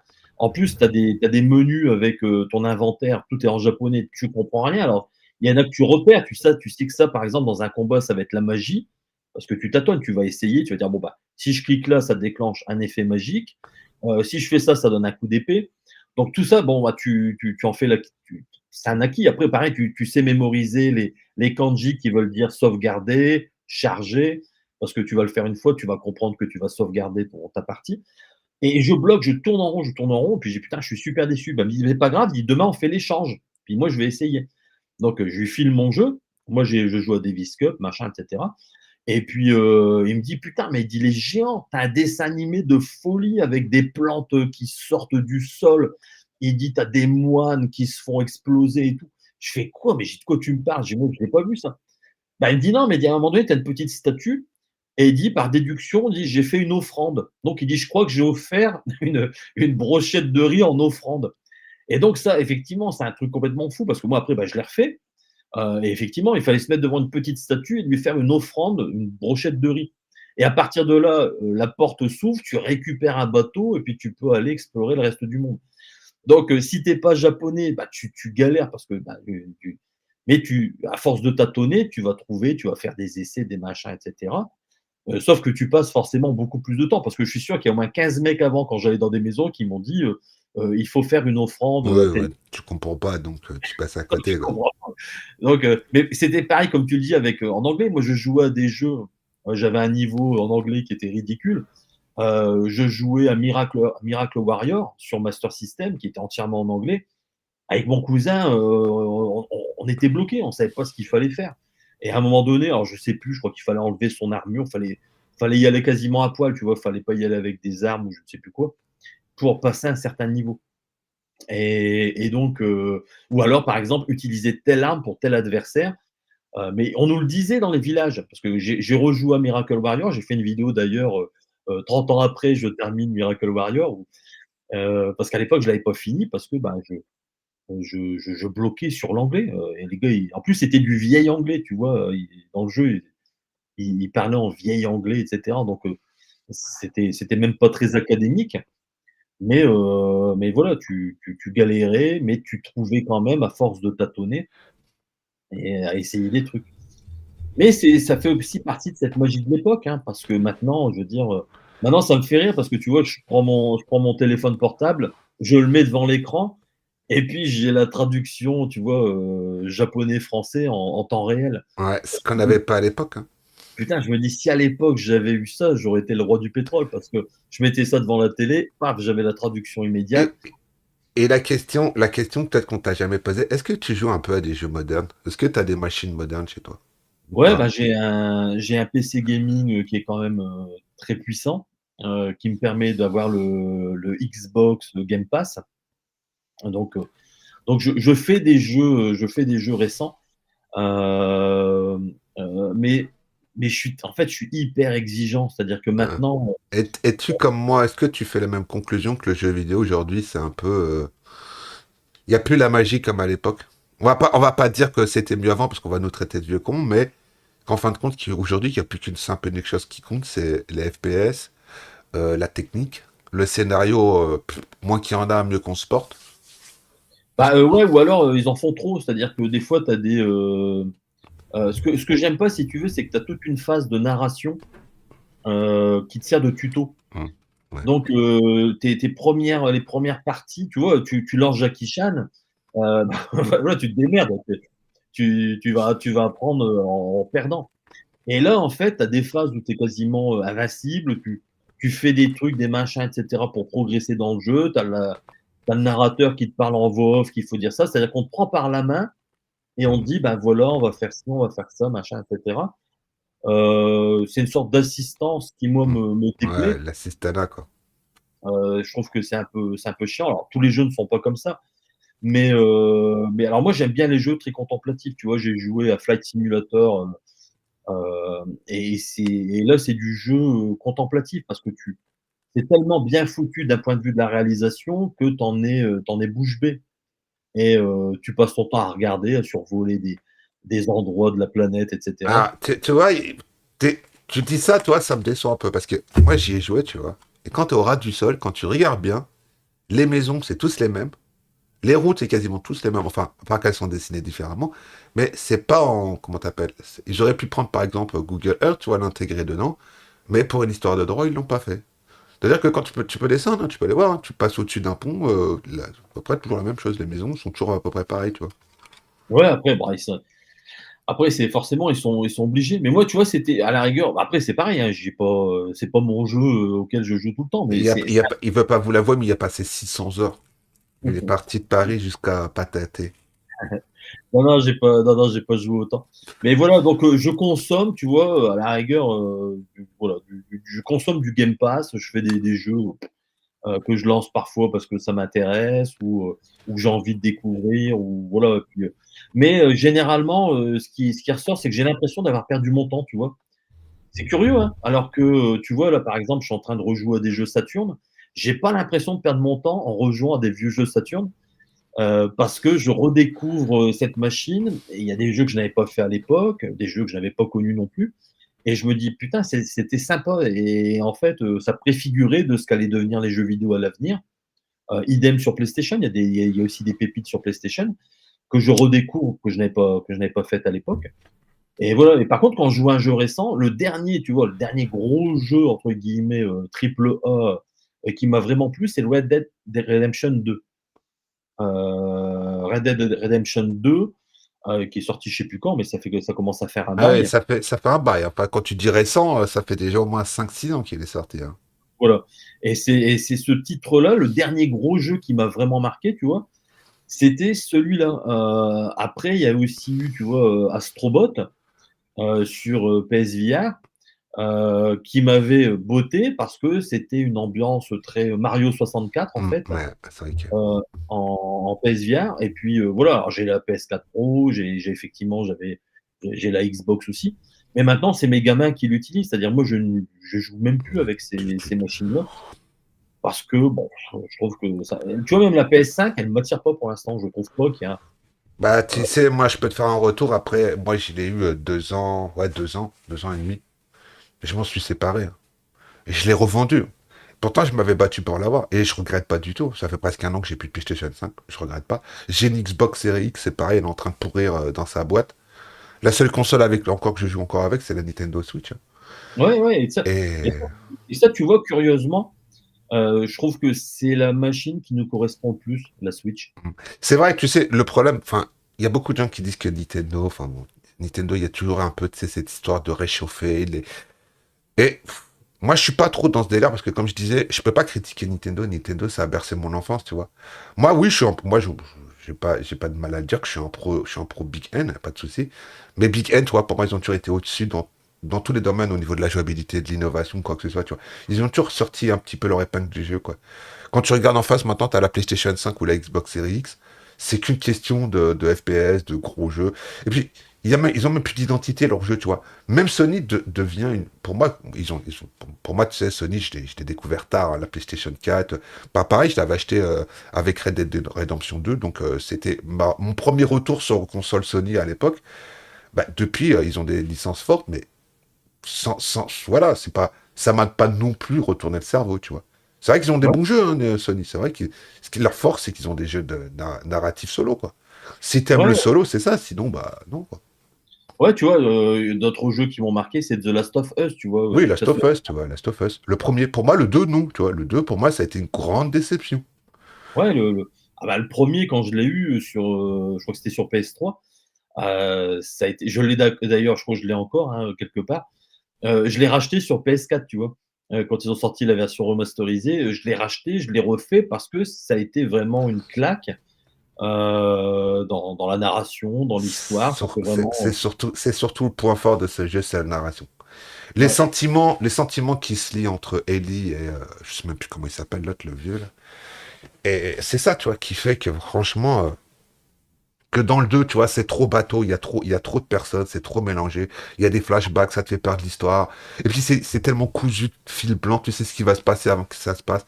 Et puis tu sais, ils ont fait plein de niveaux en plus. En fin de compte, pour allonger la durée de vie, tu vois. Et ça m'a cassé les pieds, tu vois. Ouais, ouais. Après, c'est bon, voilà, c'est une licence qui était bon, ça a bien marché, hein, donc Ah oui, bah ça. là, j'ai vu qu'il ressortait aussi sur PS5. C'est peut-être, tu vois, à la rigueur, refaire ce jeu, mais quelque part, c'est déjà de la nostalgie. De Ouais. refaire de Ouais. The Last of Us, pour moi, bah ouais, c'est de la nostalgie de la PS3 parce que ce jeu m'avait marqué à l'époque, comme le premier Red Dead Redemption m'avait marqué.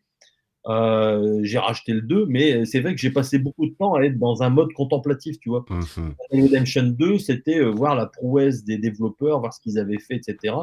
C'était plus ça qui m'épatait que le jeu en lui-même, en fait, parce que l'histoire, bon, bah voilà, l'histoire, c'est un peu cousu de fil blanc, c'est bien foutu, c'est addictif, tu restes accroché pour voir la suite.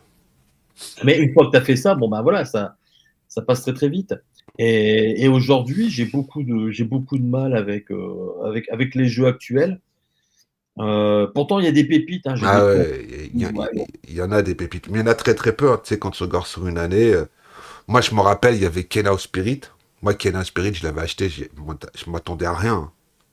Mais la narration et l'histoire, franchement, je suis tombé de ma chaise, hein. Puis il y en a d'autres, hein. Tu regardes, il y avait Goshu Tsushima. Goshu Tsushima.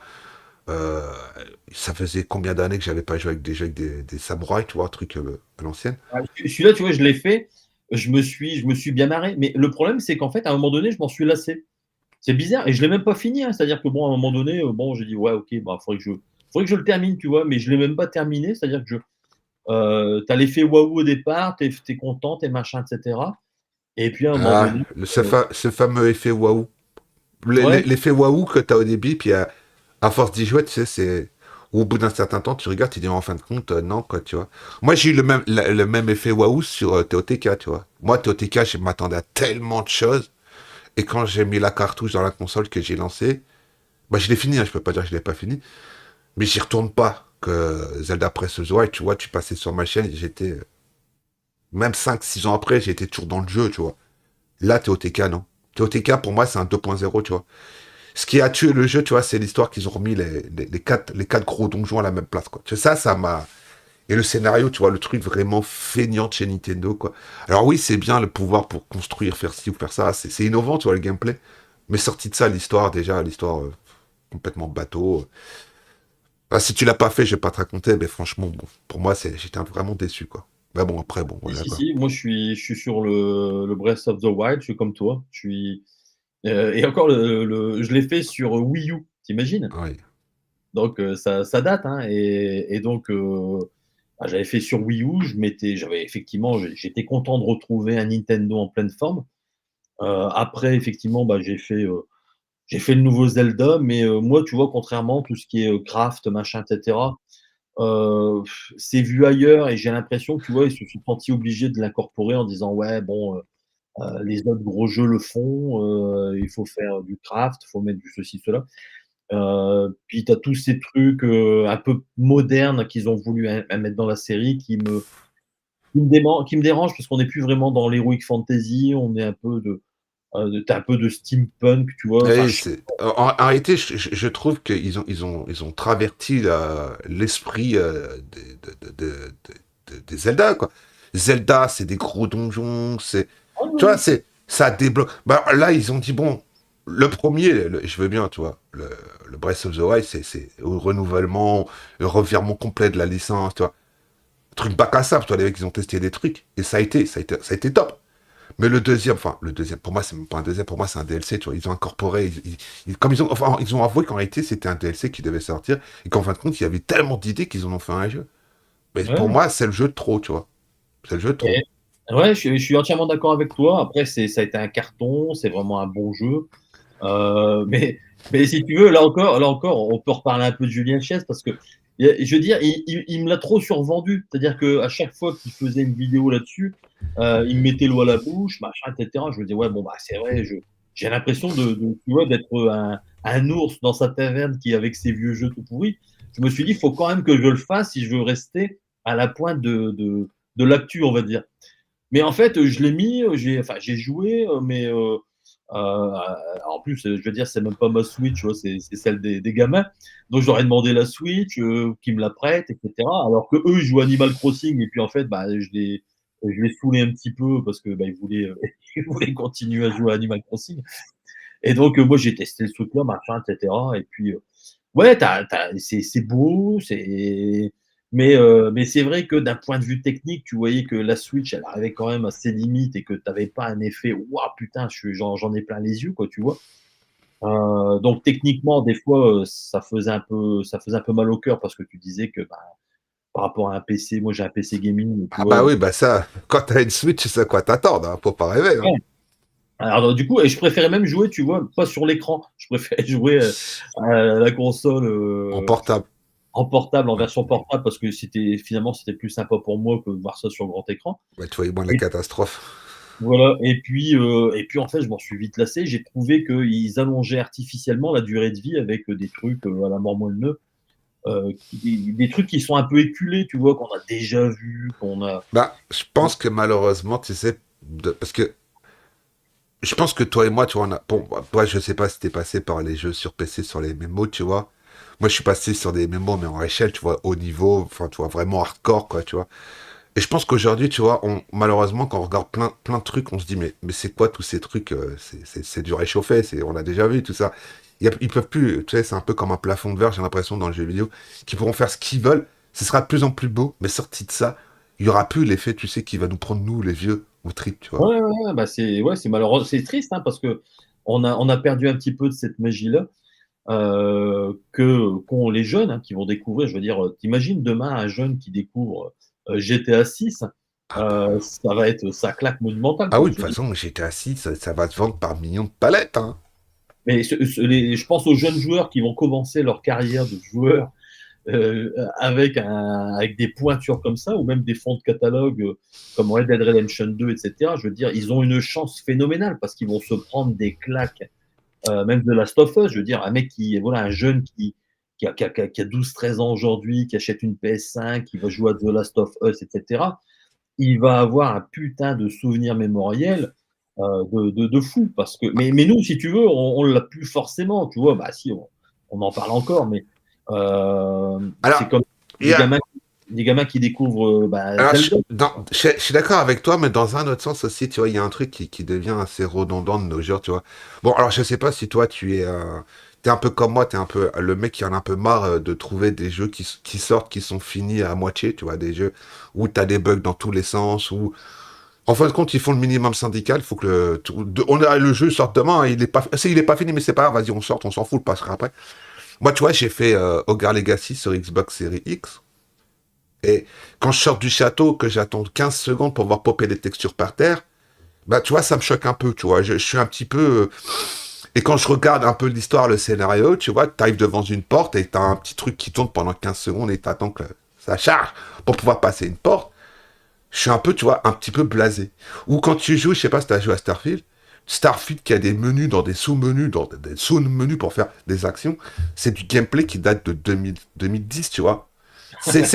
Non mais, et on te vend ça comme la dernière évolution. Techniquement, c'est laid. Franchement, techniquement, c'est laid. On te vend ces machines comme des machines surpuissantes. Et quand tu regardes, tu te dis, bah, j'avais ça il y a 10 ans sur mon PC, tu vois. Ah bah moi, la claque, je sais pas si tu as connu, mais c'était les X-Wing Ah bah et oui. Ah oui.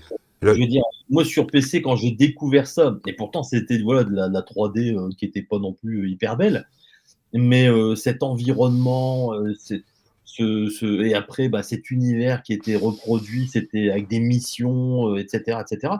Aujourd'hui, quand je redécouvre parfois dans certains jeux ce même type de mission, je me dis putain, mais les mecs, on connaît ça depuis les années 90, quoi, tu vois, de protéger un cargo, machin, etc. Je veux dire, c'est du réchauffé. Et donc, même dans les FPS, je veux dire, moi j'avais adoré Dark Forces, pareil, tiré d'univers Star Wars sur PC à l'époque. Quand j'ai découvert après les nouveaux jeux Star Wars qui étaient sortis plus récemment, je me suis dit, bah, en fait, on a une régression. Parce que même la narration, l'ambiance et tout, bah, ouais, c'est plus beau visuellement, il n'y a pas photo. Mais je suis plus trop dans le trip Star Wars tel que je pouvais l'être à l'époque. Alors, c'est peut-être aussi parce que bah, voilà, la licence a été développée à outrance. T'as eu plein de... Après, il y a peut-être aussi un truc tout con, c'est que nous, c'est comme on a fait tellement de jeux, comme tu disais tout à l'heure, on est peut-être devenu trop élitiste, et que les jeux vidéo qui sortent de nos jours, comme moi je dis, hein, j'ose le dire, hein, pour moi le jeu vidéo d'aujourd'hui, c'est devenu du fast-food, tu vois. C'est devenu que du consommable. Maintenant, les gens, quand tu vois qu'il y a presque 70% des gens qui achètent des jeux qui les finissent même pas, tu Ouais. vois, maintenant, tu sais, là, tu regardes l'année dernière, là, en fin d'année, il y a eu combien de jeux qui sont sortis? Il y en a eu tellement. Et les gens, ils font des jeux, tu vois, ils les oublient. Moi, je suis pas dans cette culture, tu vois. Je peux pas faire un jeu, puis après, tu vois, passer à autre chose, passer à autre chose, passer à autre chose. Moi, je sais pas cette boulimie de... Et puis, tu t'en finis pas. Déjà, financièrement parlant, tu t'en sors plus, parce que 70 balles, 70 balles, 70 balles, à part tu reçois les codes. Bon, là, c'est pas mon cas, donc voilà. Mais tu peux pas suivre. Et puis, aujourd'hui, quand tu regardes le jeu vidéo, c'est vide. Il y a plus, il y a plus, les personnages sont pas charismatiques, les histoires sont tirées par les cheveux, techniquement, c'est bancal. Je sais pas, quoi. Ouais, je vais te raconter un truc, c'est-à-dire que quand j'étais gamin, que j'avais eu la Sega Master System, il y a un jeu qui avait été testé dans les magazines et qui m'avait vraiment bien plu. C'était Golvelius. Je sais pas si tu as déjà joué. Non, on dirait. Bah, fais-le sur Sega Master System, c'est un jeu, mais alors d'une puissance incroyable. Mais il faut s'y investir. Parce que tu as des phases d'action en 2D, donc effectivement, là, c'est vu de profil. Ton personnage, bah, c'est un jeu de plateforme action, hyper speed, rapide et tout, sur Golvelius sur Master System. C'est tiré d'un jeu MSX. Et après, tu as un jeu vu d'au-dessus à la Zelda. Et, et donc, j'avais adoré ce jeu, mais j'avais que ce jeu. C'est-à-dire que, bon, j'avais mes anciens jeux, les Shinobi, les machins, etc. Mais je veux dire, quand tu étais gamin, tu avais ton jeu, et ben, tu y jouais bah, quasiment tous les soirs, et puis tu n'avais qu'une seule hâte, c'est d'essayer de le terminer. Mais maintenant, il y a une telle profusion que bah, tu peux aller voir ailleurs. Je veux dire, si le jeu commence à t'emmerder, tu te dis, putain, la vie est courte, je vais pas passer mon temps à faire du crafting, du machin, à collecter des trucs pour faire une pièce à 2 balles. Moi, ça me gaffe tout ça, tu vois, donc je préfère zapper et passer à autre chose. Mais à l'époque, on était dans un autre contexte Ouais, on où n'avait pas le choix. ta cartouche, tu l'avais payé 400 francs. Tes parents, ils te disaient que c'était quand même bon, un beau cadeau, que ça coûtait cher. Bah oui.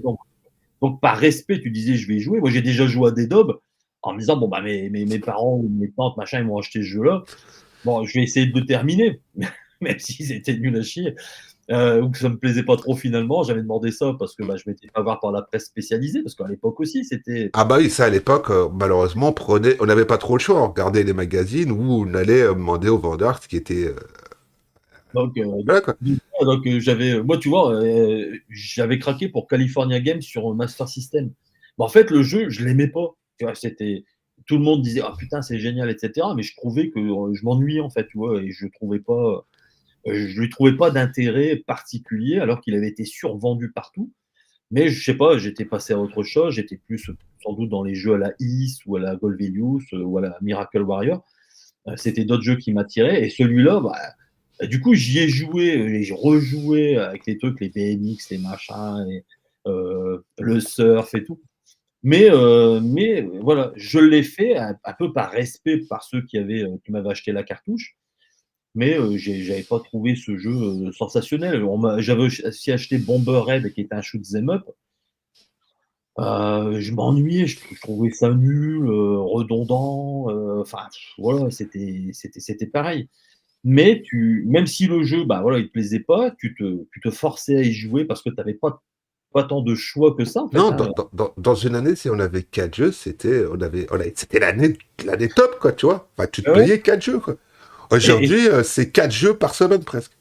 et c'est pour ça qu'après, pour moi, c'était complètement fou de découvrir le Commodore 64 parce que, Ah bah, oui, tu payais même plus les jeux, quoi. non, tu avais des copains qui te filaient des cassettes, Ah, et puis tu t'éclatais. Donc voilà, mais bon. quand tu avais une console au-dessus, c'est-à-dire plus puissante que ton Commodore, en l'occurrence la Sega Master System, quand tu voyais Afterburner sur Sega Master System et puis sur Commodore, tu disais, ouais, c'est quand même au-dessus, c'est presque l'arcade, même si tu étais à des années-lumière de la version arcade, parce qu'une fois que tu avais vu la version arcade, tu disais, ouais, Oui, bah enfin, voilà. la version arcade, ça, c'était à l'époque, ça nous vendait l'arcade à la maison, hein. Ouais, ouais, ouais. Et la seule vraie, l'arrivée de l'arcade à l'époque à la maison, c'était pas la Master System, la Super Nintendo ou même la Mega Drive, hein. La vraie console, l'arcade à la maison, c'était la Neo Geo. Alors là, tu vois, moi, je suis pas d'accord. Ah, Ouais, je suis pas d'accord. C'est un point parce qu'en fait, trop réducteur. Les gens ils disent, ouais, l'arcade à la maison, ça a été la Neo Geo. Et moi, je dis non parce que pour moi, l'arcade à la maison, c'était la ColecoVision. Parce que t'avais l'Atari 2600 qui était oui, franchement oui, à la je suis ramasse. tout à fait d'accord avec ce que tu dis. Les Mais premières bornes d'arcade, c'est... Ouais, d'accord. Dans ce domaine-là, je suis d'accord avec toi. Et donc, quand moi, j'en ai fait une vidéo et je raconte ça parce que quand j'ai vu Zaxxon et Donkey Kong en démonstration au champ du coin, etc., à l'époque, je bavais. Je me disais, bah, je l'avais vu dans un café du Oui, coin. c'était ça. Enfin, la vraie arcade, je suis d'accord avec toi. Non, mais c'est vrai, techniquement, c'est vrai ce que tu dis. Tu vois. Mais, Et, et elle était surpuissante, cette console. Elle avait, tu vois, elle avait quand oui, même un. mais bon, après, il faut dire aussi, c'est que toi, je pense que tu es un peu plus vieux que moi, tu as beaucoup plus d'expérience que moi. J'ai 50 ans, malheureusement. Ah, t'en as autant que moi, tu vois. On n'a peut-être pas eu le même cursus, mais quand on te disait l'arcade à la maison, c'est ce que tu trouvais dans les salles d'arcade à l'époque. Tu vois, tu avais les Street Fighter, les machins et tout, t'avais les Metal Slug et tout. Et pour moi, quand j'ai eu la Neo Geo à la maison, que je l'ai branché, que j'ai allumé la télé, je disais, ah oui, c'est la même chose que ce qu'il y a. Tu Ouais, vois. ouais. Mais si tu veux, chaque étape, tu as eu effectivement l'arcade à la maison. C'est-à-dire, ça commence effectivement avec la ColecoVision. Oui.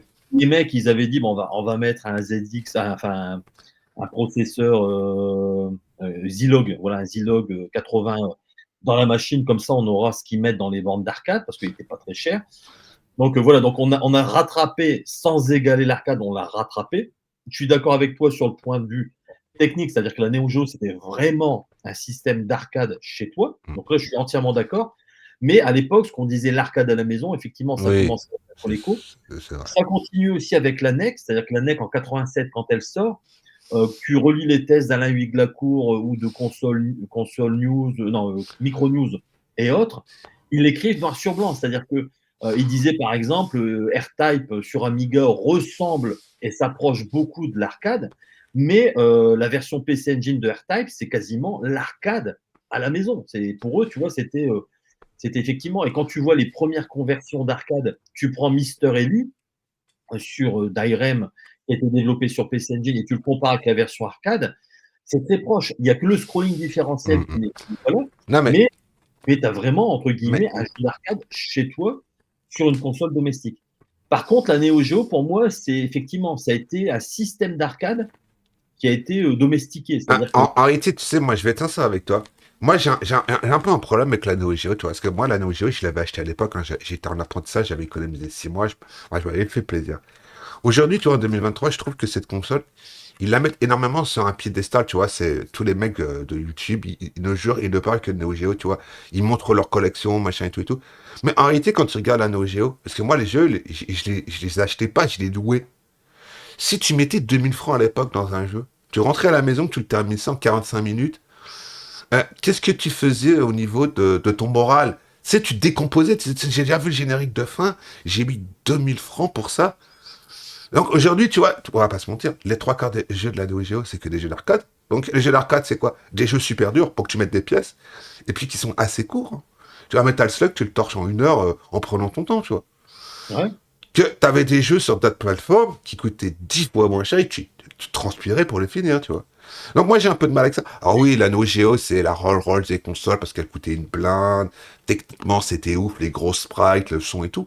Mais quand tu regardes, quand ils ont sorti la Neo Geo CD, ça a été un four, ça a été un flop. Ah ouais, Pourquoi? bah, Parce moi, que les temps de chargement déjà, avec le petit singe, avec le babal, moi je me rappelle de mon copain, hein. Lui, il avait revendu son AES pour se prendre la CD, et il voyait le petit singe avec ses babales. Moi, je me foutais de ça, je disais, tu vois, regarde ton jeu là. Moi, je l'ai acheté en cartouche. Et moi, je mets la cartouche, j'allume, j'ai direct le bordel, quoi. Toi, t'attends presque 2 minutes à chaque changement de round, et tu te retapes le chargement. Je fais, ouais, elle est bien ta console. Ils sont pas chers, les jeux. Et franchement, techniquement. Ah ouais, c'était. Et en fait, ils ont repris le principe de la PC Engine et de son lecteur CD-ROM, c'est-à-dire mettre de la mémoire tampon pour effectivement charger le jeu en mémoire pour ensuite l'avoir. Mais forcément, un accès cartouche c'est direct, donc Ah oui, c'est bon tu direct, hein. peux jongler sans aucun problème. Mais avec un lecteur entre guillemets simple vitesse à 150 kilo-octet-secondes, bah, t'en mets du temps pour charger le décor, pour charger les sprites, pour charger. Ouais, c'est pour ça qu'après, ils ont sorti la CDZ, mais la CDZ, c'est pareil. CDZ, c'était 2 fois plus rapide, mais elle était en fin de vie, la console. Et puis quand tu regardes maintenant les prix des jeux, ouais, faut pas Ouais, déconner, les gars. si tu as regardé ma vidéo sur le CDI, Oui, oui, j'ai regardé ta vidéo sur le tu CDI. sais que moi j'ai échangé mon Neo Geo contre un CDI Ah à bah l'époque. moi j'ai pas fait pire que toi. Moi j'ai échangé ma Neo Geo AES contre un Amiga CD32. Donc Ah ouais, ouais, ouais. l'un dans l'autre, tu sais, je suis rentré à la maison, j'avais Zool, j'avais un autre jeu, je sais même plus trop quoi. Mais comment je me suis mordu les, je vais pas le dire parce que bon voilà, mais je me suis mordu les cacahuètes. Hein. Quand j'ai vu le truc, j'ai dit mais c'est quoi ce délire? Ouais, Ouais, bon, on attendait les jeux, il y a rien qui sortait, puis à un moment on a vu bah ça y est, terminé, au revoir. Hein? là, t'as fait pire que moi. Ouais. Ah ouais, bah alors là je peux, bon, je peux. Parce que moi, tu vois, à la rigueur, la presse spécialisée était quand même bien vendue à Philips, parce que Philips prenait des pleines pages de pub. Donc, ils ont survendu le truc avec des jeux Ah oui, incroyables, machin, etc. Donc, moi, je me suis fait avoir en me disant, ah ouais, je vais avoir, c'est mieux qu'une Neo Geo. En plus, je oui. peux regarder des films et tout. Et c'est vrai que je suis tombé de très haut quand j'ai eu le CDI. Mais la Neo Geo, j'ai eu le même truc que toi. C'est-à-dire que moi, je l'avais acheté, j'avais revendu une super graphics. Enfin, j'avais fait un micmac pas possible pour avoir une Neo Geo. J'avais eu Fatal Fury, Burning Fight, et puis je sais plus quel jeu, Magician Lord, ouais. Mm. Euh, Ouais. et puis, et puis en fait, bah ouais, Burning Fight, je l'ai terminé très vite. Fatal Fury, c'est pareil, ouais, t'avais un effet waouh indéniable. Et puis après, j'ai eu Art of Fighting, où là, ça a été aussi un effet waouh avec les zooms, où je me suis dit, mais putain, Ouais. avec une tuerie. Mais effectivement, t'en as vite fait le tour. Et puis à un moment donné, je voyais mes potes qui s'éclataient sur Super Famicom. Et moi, j'avais revendu ma Super Famicom, j'avais vendu ma Super Graphique, j'avais revendu plein de trucs. Et je me suis dit, mais putain, ouais, c'est vrai que c'est hyper cher. Et quelque part, bon, c'est. Bah, tu sais, moi, ce qui m'a fait plaisir, c'est que, tu vois, t'en as parlé, t'as même fait un dossier complet sur la 3DO. Moi, la 3DO, j'avais été l'acheter dans une boutique spécialisée sur Versailles, à côté où j'habite, là. C'était le seul à la vente, sinon, il fallait que je monte sur Paris. Je crois que je l'avais acheté 3 000 francs à l'époque. 3 000 francs, c'était ça. Moi, je me rappelle quand je voyais les mecs qui jouaient sur leur console, je sais plus sur quelle console, leur PlayStation, qui jouaient à Road Rash. Road Rash, tu voyais les vidéos, c'était tout pixelisé, c'était tout laid. Je disais, mais c'est quoi ce truc? C'est quoi cette horreur? Mais c'est quoi ces animations? Chez moi, je joue sur une vraie machine, ouais. Il venait à la maison et regardait, il disait, ah ouais, là, ouais, on est quand même au-dessus. Bah, ouais, mon gars, on est au-dessus. Et puis, t'as vu ton prix, chez moi, le jeu, il coûte genre 350 balles. Là, tu l'as payé combien, toi, ton jeu? Bah, un peu plus cher. Et c'est là que tu vois que, mais c'est pareil, la 3DO, ça a été une console qui a existé certains temps, mais c'était pas non plus une console, voilà, tu vois. Elle était peut-être trop en avance, un peu comme la Dreamcast sur son temps, tu vois. Puis ce qui l'a tué aussi, on va pas se mytho, c'est quand ils payaient pour la licence. Les mecs, ils payaient que dalle. Donc puis il y a eu beaucoup de merde dessus, on va pas se mytho. Des vrais jeux, il n'y a pas eu grand-chose. Hein. Mais Non, mais t'avais Porsche Challenge aussi, moi je me rappelle. T'as eu, avec le lézard, c'était Jex. Jex le lézard, c'était, à l'époque, c'était une claque, hein. bah, je veux dire, moi, c'est pour ça que j'aime bien Tripokins, parce que il n'a pas été suivi par Panasonic, parce que Panasonic a vendu la machine très chère. Ah oui, ça, pas de. Et voilà. Et lui avait dit dès le départ, il faut casser le pied sur la console, on va se refaire sur les jeux. Vous faites partie du consortium 3DO. Donc, bah, en gros, c'est devenu célèbre, c'était $3 entre guillemets only. C'est-à-dire vous payez une redevance de $3 seulement pour développer un jeu sur 3DO, alors que chez Nintendo, c'était, je crois, presque $15, tu vois, pour développer un jeu. Donc, comme royalties, pour chaque jeu vendu, tu devais donner $15 à Nintendo, alors que sur 3DO, c'était $3. Donc, forcément, c'était intéressant. Et son business plan, c'était, il avait dit à Panasonic, il ne faut pas vendre la console chère, comme ça, on va en vendre plein et on va se refaire la cerise sur les jeux. Et Panasonic ne l'a pas suivi. Panasonic a dit non, non, nous, on vend la console. il faut 20% de marge pour le revendeur et nous, on prend 30% de marge. Donc, un truc de fou. Donc, ils ont margé à mort sur les machines, ce qui fait que ça a gêné l'implantation de la 3DO qui ne s'est pas développée. Donc, les jeux n'étaient pas chers. Mais voilà, ça s'est pas vendu alors ils avaient une machine qui aurait pu plier le game très rapidement. Ah Je veux oui. dire, si c'était vendu à 299 dès le départ, ça aurait été fantastique parce que là, effectivement, les gens auraient franchi le pas. Mais au prix auquel elle était annoncée lors de sa sortie, je crois que c'était 799 $, c'était un truc de fou. Nous, en France, bon, on a payé aussi une blinde. Hein. Au début, tu l'as payé 3 000 francs, mais Non, mais c'était quelques temps après qu'elle était sortie, hein. C'est quand il y a eu plusieurs baisses, hein. Des mois après, la console, ah ouais. elle a baissé, hein. Et au début, c'était de la folie. Moi, je me souviens que je l'avais vu en Day One à Console Game Salance. Bon, fallait casser ton portefeuille Ah ouais. casser un code débit pour se l'acheter. Et après, c'est vrai qu'Electronic Arts a vraiment joué le jeu parce que quand ils t'ont sorti le premier Need for Speed, là, c'est pareil. Je veux dire, moi, mon beau-frère qui adorait les bagnoles, il me disait, il participait au Mans, tu vois, c'est vraiment un mordu de course automobile. Et il me disait, mais c'est le vrai bruit du moteur. Et plus tard, j'ai su qu'effectivement, les mecs de chez Electronic Arts avaient été avec des micros enregistrer le bruit d'une Porsche, le bruit d'une, je sais plus quel véhicule tu avais dedans, mais voilà, ils enregistraient les vrais bruits des machines. La Dodge Viper, par exemple, qui était dans le jeu, je crois, ils avaient été l'enregistrer pour pouvoir effectivement ensuite l'incorporer dans le jeu. Et puis, c'était, pour moi, Need for Speed, ça a été une claque. Road Rage, j'en parle même pas. Ah oui, Road Rage, t'avais aussi Wing Commander. Je sais pas si tu l'as Oui. connu celui-là à l'époque, Wing Commander.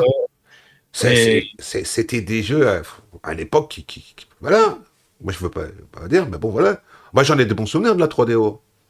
ah ouais, moi aussi, hein, et c'est vrai que je te dis, il y a des jeux, pareil, quand ils ont sorti le Street Fighter dessus, Ah oui, le Street Fighter. Oh là. ou Samurai Shodown, je me disais, mais punaise, ouais, C'était, voilà, quoi. il n'y a pas tant de chargement comme sur Ah non, Neo Geo. ah, la Neo Geo, faut la poubelle, hein. Oh, pardon, excusez-moi, j'ai dérapé, monsieur les fanboys de la Neo Geo.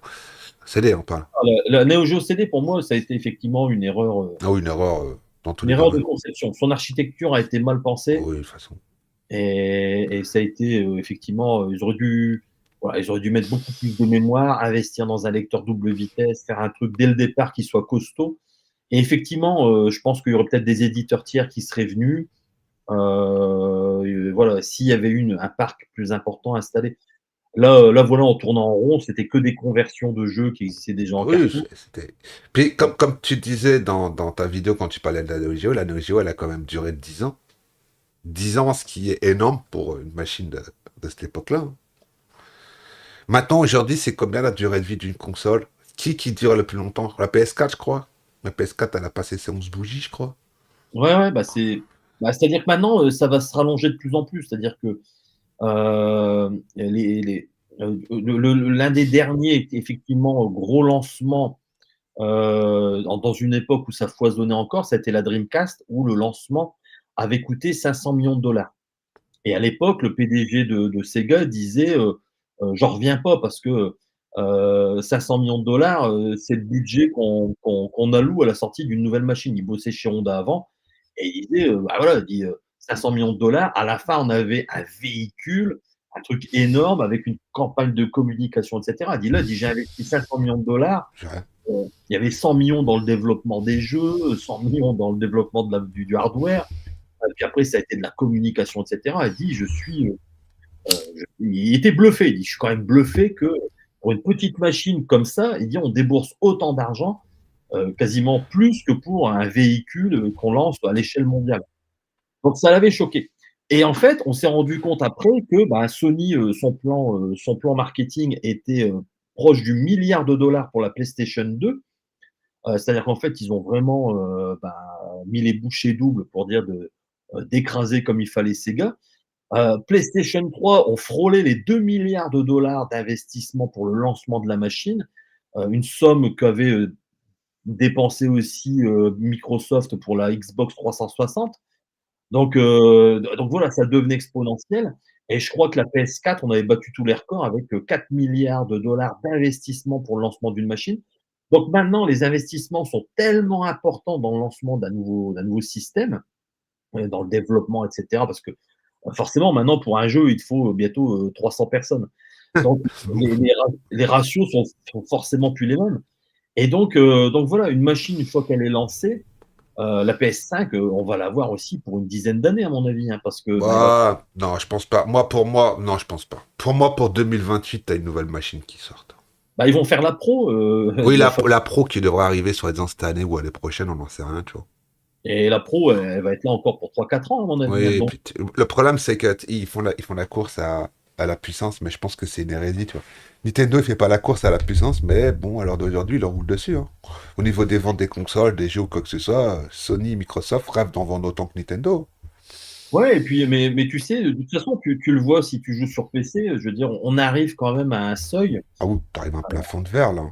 Là, là, effectivement, maintenant, bah voilà, même les dernières puces Nvidia, ok, elles sont super, machin, etc. Mais le temps que les développeurs fassent l'acquisition, entre guillemets, des nouvelles technologies, qu'ils les incorporent et surtout que ça soit acquis par le grand public, il y a toujours 2-3 années de décalage. Ah oui, puis même ça devient de plus en plus vite, techniquement obsolète, hein. Moi, j'ai une 34 ans dans mon PC, elle est déjà obsolète. Ah ouais, ouais, c'est. Ça euh, va trop vite, le problème, c'est qu'on n'a pas forcément non plus les moyens de changer de matos tous les ans, quoi. À part les non, mais, gens qui peuvent, quoi. non, mais encore à l'heure actuelle, je veux dire, moi, j'ai changé mon PC en 2021, je crois. De mémoire. Bon, j'avais pris un truc très puissant à l'époque avec du Ryzen, du machin, d'une puce AMD qui dépote au niveau d'une RX, je sais plus combien. Donc, au niveau des jeux, maintenant, je veux dire, tu vois, 3 ans plus tard, je suis encore tranquille.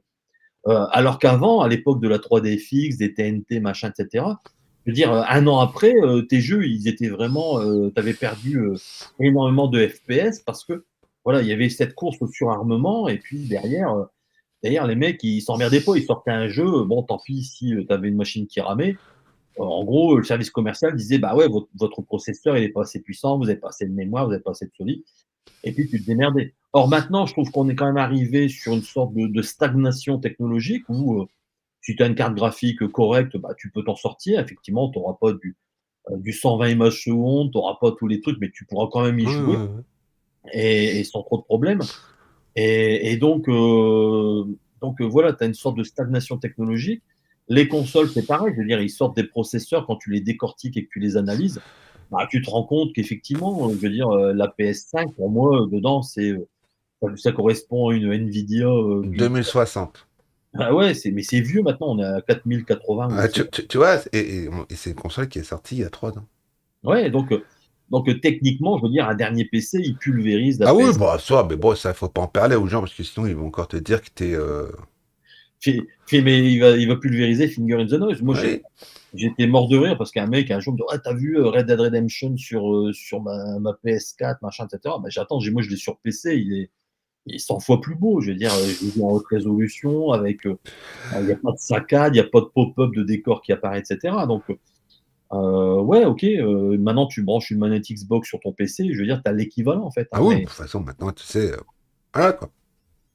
Donc, euh, donc voilà, je pense que là, maintenant, effectivement, je pense que le prochain fossé, ça va être effectivement bah, GTA 6 qui va mettre la barre suffisamment haute pour dire ouais, Ah, alors moi, je veux pas tirer sur l'ambulance, mais je pense que GTA 6, ce sera un GTA 5 2.0. Ouais. Techniquement, ce sera beaucoup plus beau. Sorti de ça, je pense ils pourront pas en remettre plus ce qu'il y a déjà dedans. Il y a peut-être un truc qui va révolutionner le game, et je pense que ça risque de faire énormément mal.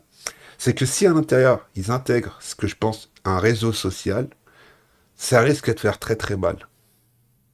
Ouais. bah, il l'avait déjà fait, hein, Non, mais bon, là, on va dire vraiment un réseau social, tu vois, interactif ou avec des gens où, tu vois, tu pourras. Après, ils peuvent aussi faire un truc un petit peu, tu vois, un petit peu dé- décadent, tu vois, un petit peu genre, un peu en mode virtuel, tu vois, un peu, tu vois. Ils sortent le jeu comme ça, puis au fur et à mesure, ils rajoutent des DLC, ils rajoutent des trucs, et puis, tu vois, à la fin, ça devient comme un peu un monde virtuel, tu vois, un peu comme il y en a qui avaient essayé avec le jeu, là, je sais plus comment c'était, Life ou Half-Life, non pas Half-Life, Life, là, tu sais, le jeu que tu payais à l'époque avec ta carte, t'achetais des maisons, des machins et tout. Ils pourraient faire un truc comme ça, tu vois. Je pense que derrière, ils ont un truc comme ça. bah, après, quand tu vois ne serait-ce que la durée de vie de GTA Ah 5, bon, c'est monstrueux, hein. tu sais qu'à mon avis, ils ont prévu des trucs qui vont venir agrémenter le jeu au fur et à mesure. Moi, je sais que mes fils, ils ont joué longtemps à GTA Online parce qu'ils adoraient faire des missions, des machins, etc. Et le online avait vraiment pris de l'ampleur, tu vois. Et surtout le RP, le role player. Ouais, Mais en plus, ils ont embauché des gens qui avaient fait du RP, pas pour rien. Ils les ont embauchés, c'est pas pour rien. Donc je pense que il y a une histoire comme ça derrière, tu vois, un petit peu. Parce que de toute façon, ils ont regardé ce qui se passait, le fameux rouleau compresseur qui a été Fortnite. Fortnite qui est devenu un peu un fourre-tout. Hein. Tu retrouves quasiment toutes les stars du jeu vidéo. T'as eu le Master Chief, t'as eu Dragon Ball, enfin, ils sont tous passés. Hein. Les seuls qui sont pas été, c'est Mario. Il n'y a pas eu de Mario. Peut-être ils auraient pu, hein, tu sais, ils auraient fait un gros chèque à Nintendo. Mais tu vois, je pense que là, tu vois, ça va être un truc on n'a pas encore vu, tu vois, un truc qui peut être bien costaud, tu vois. Je pense qu'ils derrière, ils ont prévu le truc, hein. Parce que 2 milliards quasiment de développement, marketing et tout, je pense que, voilà, quoi. De toute façon, ils vont les rentabiliser en même pas 3 4 mois, hein, ça va être rentabilisé, ça va se vendre par palette. Mais je pense ouais, que ça va être un jeu qui va changer un peu le game. ouais, voilà, moi c'est vraiment le jeu entre guillemets. J'attends parce que je sais que derrière, Rockstar, de toute Ouais. façon, ils se pressent pas Voilà, et ils n'ont pas besoin, hein. ils n'ont pas besoin parce que ça tombe tous les mois. C'est un peu comme Blizzard avec World of Warcraft, c'est-à-dire tous les mois, il y a des millions d'abonnés qui payent leurs cotisations pour jouer. Ça tombe dans l'escarcelle de Blizzard Activision. Et voilà, je veux dire ça, ils n'ont pas besoin non plus. C'est pas des éditeurs qui se pressent. Ils sortent des jeux qui sont vraiment bien fignolés, qui sont toujours. Bah, tu peux pas dire qu'à l'heure d'aujourd'hui, les jeux qui sortent de Rockstar, c'est des jeux qui ont été bâclés, hein. Voilà. C'est pas devenu du, on va pas donner de nom parce qu'on va, voilà, on va encore fâcher certains. Mais je sais pas, tu regardes des jeux, et tu regardes, par exemple, le dernier Final Fantasy. J'en ai discuté avec des fans de la licence. Il y en a beaucoup qui m'ont dit, c'est quoi cette merde? Square Voilà. Enix, c'est plus l'ombre que de même. Tu regardes Sega avec les derniers jeux Sonic. Je suis désolé, hein, Sonic Frontier, il y en a beaucoup qui l'ont kiffé. Moi, quand j'ai vu le jeu, j'ai dit, mais c'est quoi cette catastrophe? Moi, de toute façon, Final Fantasy, je vais t'avouer un truc, j'ai décroché le jour où les personnages n'étaient plus en format SD, on va dire. Tu vois, le Final Fantasy X, tu vois, j'avais adoré. Jusqu'au 10, ça allait. Je crois qu'après, c'est à partir de ce moment-là où ils ont fait des personnages plus réalistes et c'est à partir de là que j'ai décroché parce que j'étais plus dans un univers pour moi, de jeux vidéo.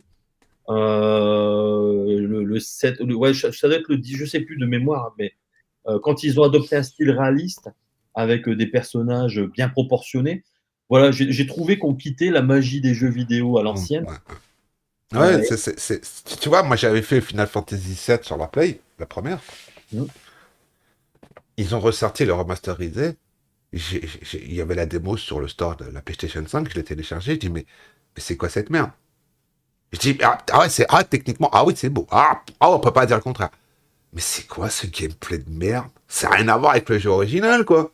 ouais, ouais, et voilà, moi de toute façon, moi je reste un fan. Je dis peut-être une connerie sur le chiffre, hein, parce que tu sais, encore me dire, ouais, t'as dit une connerie. Je me trompe peut-être sur les chiffres, parce que moi, il y a longtemps, c'est pareil, les Final Fantasy, je décrochais, hein. Ouais, moi voilà, j'ai eu beaucoup de mal parce que c'était. Bah, tu sais, c'est un peu comme le Devil May Cry, hein. Le Devil May Cry, tu les as fait à l'époque, là, ils en ont ressorti des remasterisés, des machins. Tu lances le jeu, tu regardes, tu te dis, mais c'est encore plus laid que les anciens modèles. C'est quoi? C'est. Mais. Et je te cache pas que moi, mon préféré de la série, c'est le 6. C'est le 6 parce que voilà, c'était vraiment un univers graphique qui me plaisait. C'était bien. Et quand il y a eu le 7 sur PlayStation, bien sûr, il y a eu l'effet waouh. Bien sûr, j'ai été bluffé.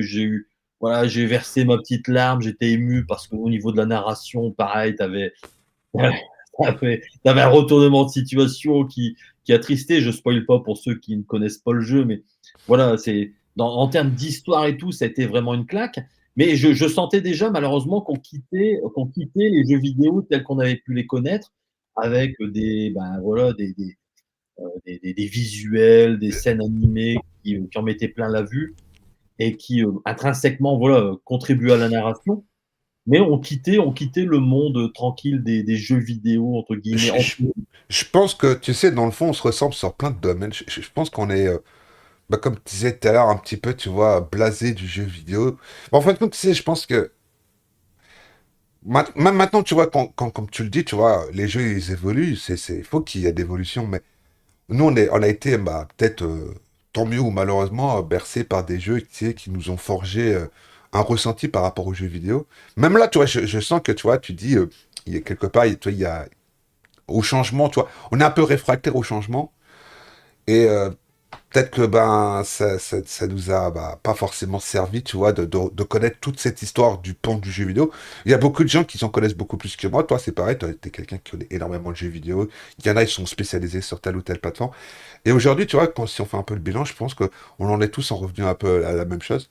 Le jeu vidéo, c'est beau, c'est technique, tout ça, machin, mais il n'y a plus le fameux charme. Déjà, rien qu'un truc tout bête, maintenant, tu achètes un jeu vidéo, tout, la boîte, il n'y a plus de notice. Il y a juste le truc sur la crise d'épilepsie, attention, sorti de ça, il faut que tu prennes des collecteurs à des prix de fou. Et dans les collecteurs, il y a quoi maintenant? Il n'y a même plus de galettes, il n'y a même plus de cartouches, c'est des codes de téléchargement. Donc tu vois, je pense que nous on voit tout ce qui est le changement du jeu vidéo, mais il y en a qui peuvent pas, parce qu'ils n'ont pas connu, tu vois. Mais je pense que tu vois, quand nous on sera plus là, que les gens pourront dire ah ouais, peut-être qu'avant c'était mieux. Je sais pas. Qu'est-ce que t'en penses de ça? Bah, c'est après, ça dépend de plein de paramètres parce que je pense que les jeunes générations, tu vois, j'ai eu l'occasion de rencontrer Edouard et Conquerax lors d'une convention à Beauvais. Et, et eux, ils sont plus jeunes que moi. Et en fait, bah, tu prends Conquerax, par exemple, lui, sa console de cœur, bah, on sait tous, hein, Les GameCube. ouais, GameCube qui a forgé. Et donc, en fait, lui, sa référence, c'est ça. Donc, je me dis que les futures générations, bah, ils auront des références plus récentes, peut-être la PS4, peut-être la PS3, s'ils ont l'âge de Conquerax et compagnie. Donc, voilà, donc les références sont différentes. Et donc, quand tu vas sur des machines plus anciennes, tu as beaucoup de mal. C'est-à-dire que même moi, des fois, tu vois, j'ai testé l'Atari 2600 plus. Oh, ouais, je me dis, je peux pas conseiller ça à des jeunes parce que c'est nul. Voilà, le gameplay est quand même hyper Mais limité. et en plus, l'Atari 2600, moi, tu sais, j'ai encore mon Atari 2600 de l'époque, hein, j'ai encore mes cartouches de l'époque. Et je l'ai même pas acheté pour une simple et unique chose. Parce que quand j'ai regardé la liste des jeux qui n'étaient pas pris en charge, et j'ai dit, ah non, non, non, merci. Puis un truc commercial comme ça, j'ai dit non, merci, tu vois. Moi, il y a un de mes abonnés qui s'appelle Lolo, Max Pixelman. Il les a contactés Atari. Et normalement, je devrais pas en parler. Mais Atari, ils ont fait un beau geste, tu vois. Ils lui ont fait l'Atari 2600, le jeu, puis tous les trucs, tu vois. Il en a pour à peu près, je crois, 400 ou 500 balles de matos offert. Ils lui ont dit, mais tu le dis pas. Bon, ils viendront pas voir mon live, c'est pas grave. Enfin, donc, lui, tu vois, il a eu un truc sympa. Moi, là, dernièrement, tu vois, c'est un truc tout bête, hein. J'achète une analogue duo, j'ai un seul jeu, j'ai AirType pour une carte. C'est tout ce que j'ai, hein. Je me dis, c'est pareil, j'ai acheté le Linker Alibaba, donc je pourrais tester les U-cartes. Et puis derrière, je me dis, tiens, j'ai pas de CD. Donc, j'en parle à un abonné qui achète des reproductions. Il me dit, ouais, va voir ce mec-là. Le mec, je contacte, il me dit, ah, moi, je fais pas la PC Engine parce qu'il y a des problèmes ça tourne pas sur toutes les machines et tout. Il m'a dit, tu devrais peut-être contacter PC Work. Tu sais, la fameuse boîte allemande. Et je les contacte, je leur dis, est-ce que vous voudriez éventuellement me faire un don, quoi, un truc. Ils m'ont envoyé, j'ai eu 21 ou 22 jeux. Tu vois, gratos, cousin. Il m'a même pas dit, fais-nous une vidéo ou quoi que ce soit, c'est moi qui l'ai fait, tu vois. Mais laisse tomber, tu vois. Comment tu fais quand tu vas acheter un Castlevania Bloody machin, là, 250 euros le CD? Ah non, non, bon, après bon, la PC Engine, tu peux facilement la copier hein, si tu as un lecteur Oui, installé. oui, mais le problème, tu vois, après, c'est pareil. T'as deux écoles. T'as les mecs qui disent, ouais, les copies de CD, c'est pas top parce que ça flingue le CD. Tu sais, il y a beaucoup de gens. Et puis, comme là, je sais pas, t'es au courant, mais il y a eu pas mal de problèmes sur la PC Engine de Analog. Il y a des lecteurs CD qui sont malades, qui tombent en panne déjà. Donc, je pense que c'est une mauvaise série de CD qui sont passés par là. Et c'est Analog qui se fait taper sur la gueule. Comme la PlayStation, hein, quand elle est sortie, t'avais des lecteurs CD qui déconnaient. Et on a tapé, pas sur la gueule de Sony, on a tapé sur la gueule des lecteurs CD. Mais c'était Sony, hein. Enfin bon, ils n'ont pas Bah, fait le contrôle qualité, oublie quoi. mais ça, c'est le problème actuel, c'est-à-dire que même maintenant, pour trouver un bon lecteur CD, c'est compliqué parce Ah que oui. c'est des Chinois qui produisent des lecteurs CD. Donc, avant, je veux dire, c'était des boîtes japonaises. Tu prends la PC Engine, c'est NEC qui a lui-même Ah oui, développé oui, son lecteur CD. oui. Sony, c'était Sony qui le faisait. Panasonic, c'était Panasonic, donc c'était du japonais. C'était quand même très qualitatif. Euh, donc, euh, donc là maintenant, effectivement, tous ces Japonais ont abandonné le marché hardware sur le CD parce que même le DVD, c'est plus rentable. Donc c'est fabriqué par des Chinois et la qualité, malgré tout, s'en ressent. Il faut donc si Analog effectivement a traité avec un fournisseur qui lui a fait un bon prix sur le Ah, équipement. d'après les dit, ce serait du Hitachi qui serait dedans. Après, Hitachi Gold Star. En fait, maintenant, tu sais, c'est des corporates. Hein, les CD sont fabriqués à la chaîne, ils sont taille. Hein, tu sais, ouais, et donc les qualités ne sont plus forcément au rendez-vous. Moi, je sais, j'ai un pote qui a acheté sur un truc chinois un lecteur DVD externe, un Blu-ray externe. Le truc, il a duré, on va dire 15 jours. Au bout de 15 jours, il dit, bah voilà, il dit, ce truc, il déconnait, il marchait plus, etc. Donc, il dit, je l'ai pas payé cher, c'est pas grave.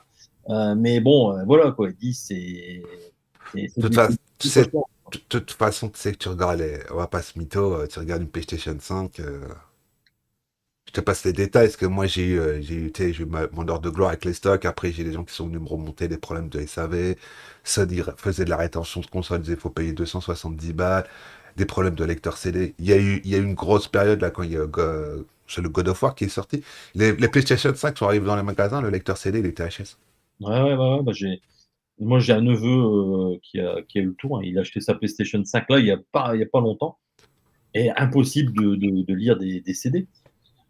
Donc, enfin, des Blu-ray. Donc, hyper déçu, quoi, tu vois. Ouais, mais tu vois, c'est là que tu te dis, en réalité, à l'époque, tu vois, quand tu voyais le petit check OK, tu sais, d'une entreprise, par exemple Nintendo, Sega ou même Sony, hein, à l'époque, d'un certain temps, la machine avait été vérifiée, elle tournait. Aujourd'hui, c'est à la chaîne, on s'en fout. Il n'y a même plus de contrôle, hein. Elle s'allume, ça boot, c'est bien, allez, vas-y, faut-la dans le carton. Hein. Tu vois, j'ai mon beau-fils qui a acheté la PlayStation 5 à Noël. C'était son cadeau de Noël. C'est un fan de Call of Duty, donc voilà, il voulait faire le dernier Call of Duty sur PS5, etc. Bah, il a pas pu jouer tellement il y avait une mise à jour. Parce qu'en fait, je crois qu'il a pu jouer que le lendemain. Et ça, c'est un truc complètement fou. C'est-à-dire que le jeu, non seulement tu as la console, elle est neuve, mais elle doit faire des tonnes de mises à jour. Et même le jeu, c'est-à-dire qu'en fait, le jeu, il a dû faire des mises à jour. Et donc, c'est là où effectivement c'est dingue. Nous, à l'époque, c'est ce qui faisait aussi le charme, c'est-à-dire que tu t'achetais la cartouche, tu la mettais, tu Ouais, jouais. mais c'était quoi, tu vois. Là, maintenant, alors sur Commodore, c'était différent parce qu'il fallait charger la cassette. Et si la cassette plantait pas, hein, tu repartais ou elle te bouffait le lecteur te bouffait la piste. Hein. Voilà, donc tu avais d'autres problèmes. Mais globalement, voilà, t'attendais pas si longtemps. Maintenant, c'est un truc de fou. Je veux dire, pour peu que tu sois en ADSL et pas en fibre optique, Ah bah. tu t'arraches les cheveux. Je veux dire, c'est. Moi, tu sais, moi, les gens qui sont devenus aujourd'hui full des matchs, je peux le comprendre. Mais derrière, le mec, il a la fibre. Si t'as pas la fibre, t'en as DSL, t'es anti-démat. Bah ouais, ouais. Moi, personnellement, j'avais la PS5 et j'avais la Xbox. Quand je voyais, j'installais un jeu avec la galette et je mettais genre une demi-heure. En téléchargement, c'était rentré en 10 minutes. Bah, tu prends l'habitude que ça met 10 minutes et pas 30 minutes, tu vois. Donc tu te dis, ah, c'est mieux le démat, rien que pour ça. Mais derrière le démat, c'est pareil. Je sais pas si tu es au courant, mais il y a moi et on est deux, trois personnes, là, on est en train d'essayer de contacter des gens pour faire, tu sais, parce qu'il y a un problème sur le démat. Le démat, c'est, t'achètes pour une durée X ou Y, tu vois. Il n'y a pas de durée dans le temps. Donc on essaie de faire un peu bouger les choses au niveau de la législation, tu vois, européenne ou quoi que ce soit. Donc on va voir, hein. Il y a moi, il y a Nicolas Perret, je sais pas si tu connais, c'est le programmeur. Donc voilà. On va essayer de faire des choses, mais pour l'instant, il n'y a pas grand-chose qui bouge, quoi. T'as la jurisprudence Bruce Willis. Oui, Parce que Bruce Willis, je ne sais pas si tu es au courant de l'anecdote, mais il s'est battu avec Apple parce que Bruce Willis avait acheté 100 000 dollars de musique sur Apple Music. Et puis, bah, quand effectivement, il a eu quelques petits soucis, et puis il s'est dit, bah, en fait, il dit, toute ma bibliothèque de musique que j'ai stockée sur mes Mac, machin, etc., est-ce que je vais pouvoir la léguer à ma fille ou à mon fils ou à ma femme ou je ne sais qui? Donc il a contacté Apple en disant: «Ben voilà, je voudrais savoir comment faire si un jour je suis plus là pour que mes enfants bénéficient tous les disques que j'achetais, parce que lui, il les a achetés. Et donc, Apple lui avait répondu que non, c'était pas cessible. Enfin, voilà, c'était quelque chose qui était nominatif, c'est-à-dire qui lui appartenait, et qu'il ne pouvait pas donner, entre guillemets, sa collection à quelqu'un d'autre. Donc, ça fait un bordel parce qu'il a médiatisé le truc aux États-Unis en disant non, mais c'est pas normal, je les ai achetés, etc., etc. Et donc, bah, le résultat de tout ça, c'est qu'ils ont revu toutes leurs clauses. Parce que fondamentalement, il avait raison, parce il avait acheté effectivement une reproduction dématérialisée d'un truc physique. Et donc, quelque part, bah, les clauses n'étaient pas très claires à l'époque. Et maintenant, si tu veux, suite à ça, bah, ils ont tous verrouillé. C'est-à-dire que Apple, en premier, a blindé son truc parce que, bah, alors je sais pas comment ça s'est terminé pour Bruce Willis, mais je pense qu'effectivement, ils ont dû dire, bah, si vous gardez son compte, c'est bon, même s'il est plus là, vous pouvez en bénéficier. Mais ils ont changé les trucs et en fait, quand tu achètes du démat, tu as un droit d'utilisation qui n'est pas garanti dans le temps. Oui, c'est les fameuses conditions d'utilisation, les Et moi, JCU. j'ai un ami qui avait acheté des films sur PlayStation en disant bah, il aimait bien certains films. Et alors qu'ils les avaient payés, ils ont disparu de son catalogue en disant voilà, ce film n'est pas disponible pour votre région. Alors, il s'est dit mais c'est quoi ce bordel? Et peu de temps après, il y a eu un communiqué effectivement de Sony qui disait bah oui, On a tout on, viré. on a acheté des films pour une durée de 5 ans. Au bout de 5 ans, bon bah voilà, on a estimé que c'était pas rentable de renouveler le catalogue. Donc bah, merci pour vos dons de, de Oui, 15. donc aujourd'hui, le démat, on est bien d'accord, c'est une durée dans le temps X ou Y qui est sortie de ça, basta. Mais le problème, c'est que là, tu vois, il y a eu. Ça commence quand même pas mal à bouger parce que là, t'as Sony qui s'est fait taper sur les doigts à cause de leur mise à jour sur la manette. Sony, enfin, tape plus sur la gueule de Sony, mais si Sony se fait défoncer la gueule, t'auras tous les autres derrière, hein. Aussi bien Microsoft que Ah, Nintendo. ouais, parce que fondamentalement, c'est quand même de l'arnaque. Parce que Ah oui, si les jeux étaient 3 fois moins chers, bah, admettons, on est je veux dire, d'accord. tu achètes un jeu physique dont tu as effectivement la jouissance, bah voilà, tu peux le payer 70 euros. Mais si c'est en démat et que tu le payes, admettons que 30 dollars, ok, tu peux comprendre que c'est une sorte de location longue durée et qu'il pourra disparaître. Mais non, en fait, ils sont vendus au même prix. Et parfois, ça te coûte une blinde avec tous les DLC et tout. Et là, effectivement, c'est de l'arnaque parce que même, je veux dire, même moi, tu vois, par exemple, par rapport à Nintendo, le fait qu'ils arrêtent le support online Wii U, bah, quelque part, ça m'emmerde parce que, bah, voilà, j'avais plein de trucs qui étaient sauvegardés. Quand ils avaient fait ça aussi pour la Wii, ça m'avait fait chier parce que j'avais perdu mon catalogue de jeux rétro. Parce qu'à l'époque, j'avais téléchargé des jeux rétro sur Ouais. ma Wii. Et donc, bah, tout ça, en fait, à un moment donné, tu le perds parce que bah, tu peux plus les réinstaller. Et c'est de l'argent qui s'est évaporé. Et donc, En fin de compte, le démat, pour faire une parenthèse, c'est comme, bon, lui, il vapote. Moi, je fume des clopes. En fin de compte, c'est la même chose, quoi. C'est, ton argent, tu l'envoies dans le ciel. Et puis, bon, par rapport, le démat, c'est mieux, c'est que ça te file pas des maladies comme le cancer ou quoi que ce soit. Donc, acheter en démat, fumez pas, c'est mieux, hein, ouais. Bon, je pense que moi, j'ai fait un peu le tour de tout ce que j'avais à te poser comme question. Je vais te libérer. Et moi aussi, il faut que malheureusement, tu sais, j'ai des obligations IRL. Voilà. Il y a mon toutou qui veut sortir et il est déjà en retard par rapport à son planning. Je te remercie. je te remercie. Bah, c'est moi qui te remercie. Et puis, bah, je pense que je vais te réinviter prochainement. Je pense que Ah, bah, écoute, je vais essayer de faire un truc un peu avec des gens de qualité. Voilà. je connais l'adresse, donc je pourrais revenir, il n'y a pas de souci. Ah, d'ici là, l'adresse, tu sais, chez moi, elle change souvent. Enfin, le lien, tant que je le change pas, il reste. Donc, voilà. Donc, je te remercie. Je te Bah, souhaite merci à toi. une bonne journée. Attends, je coupe.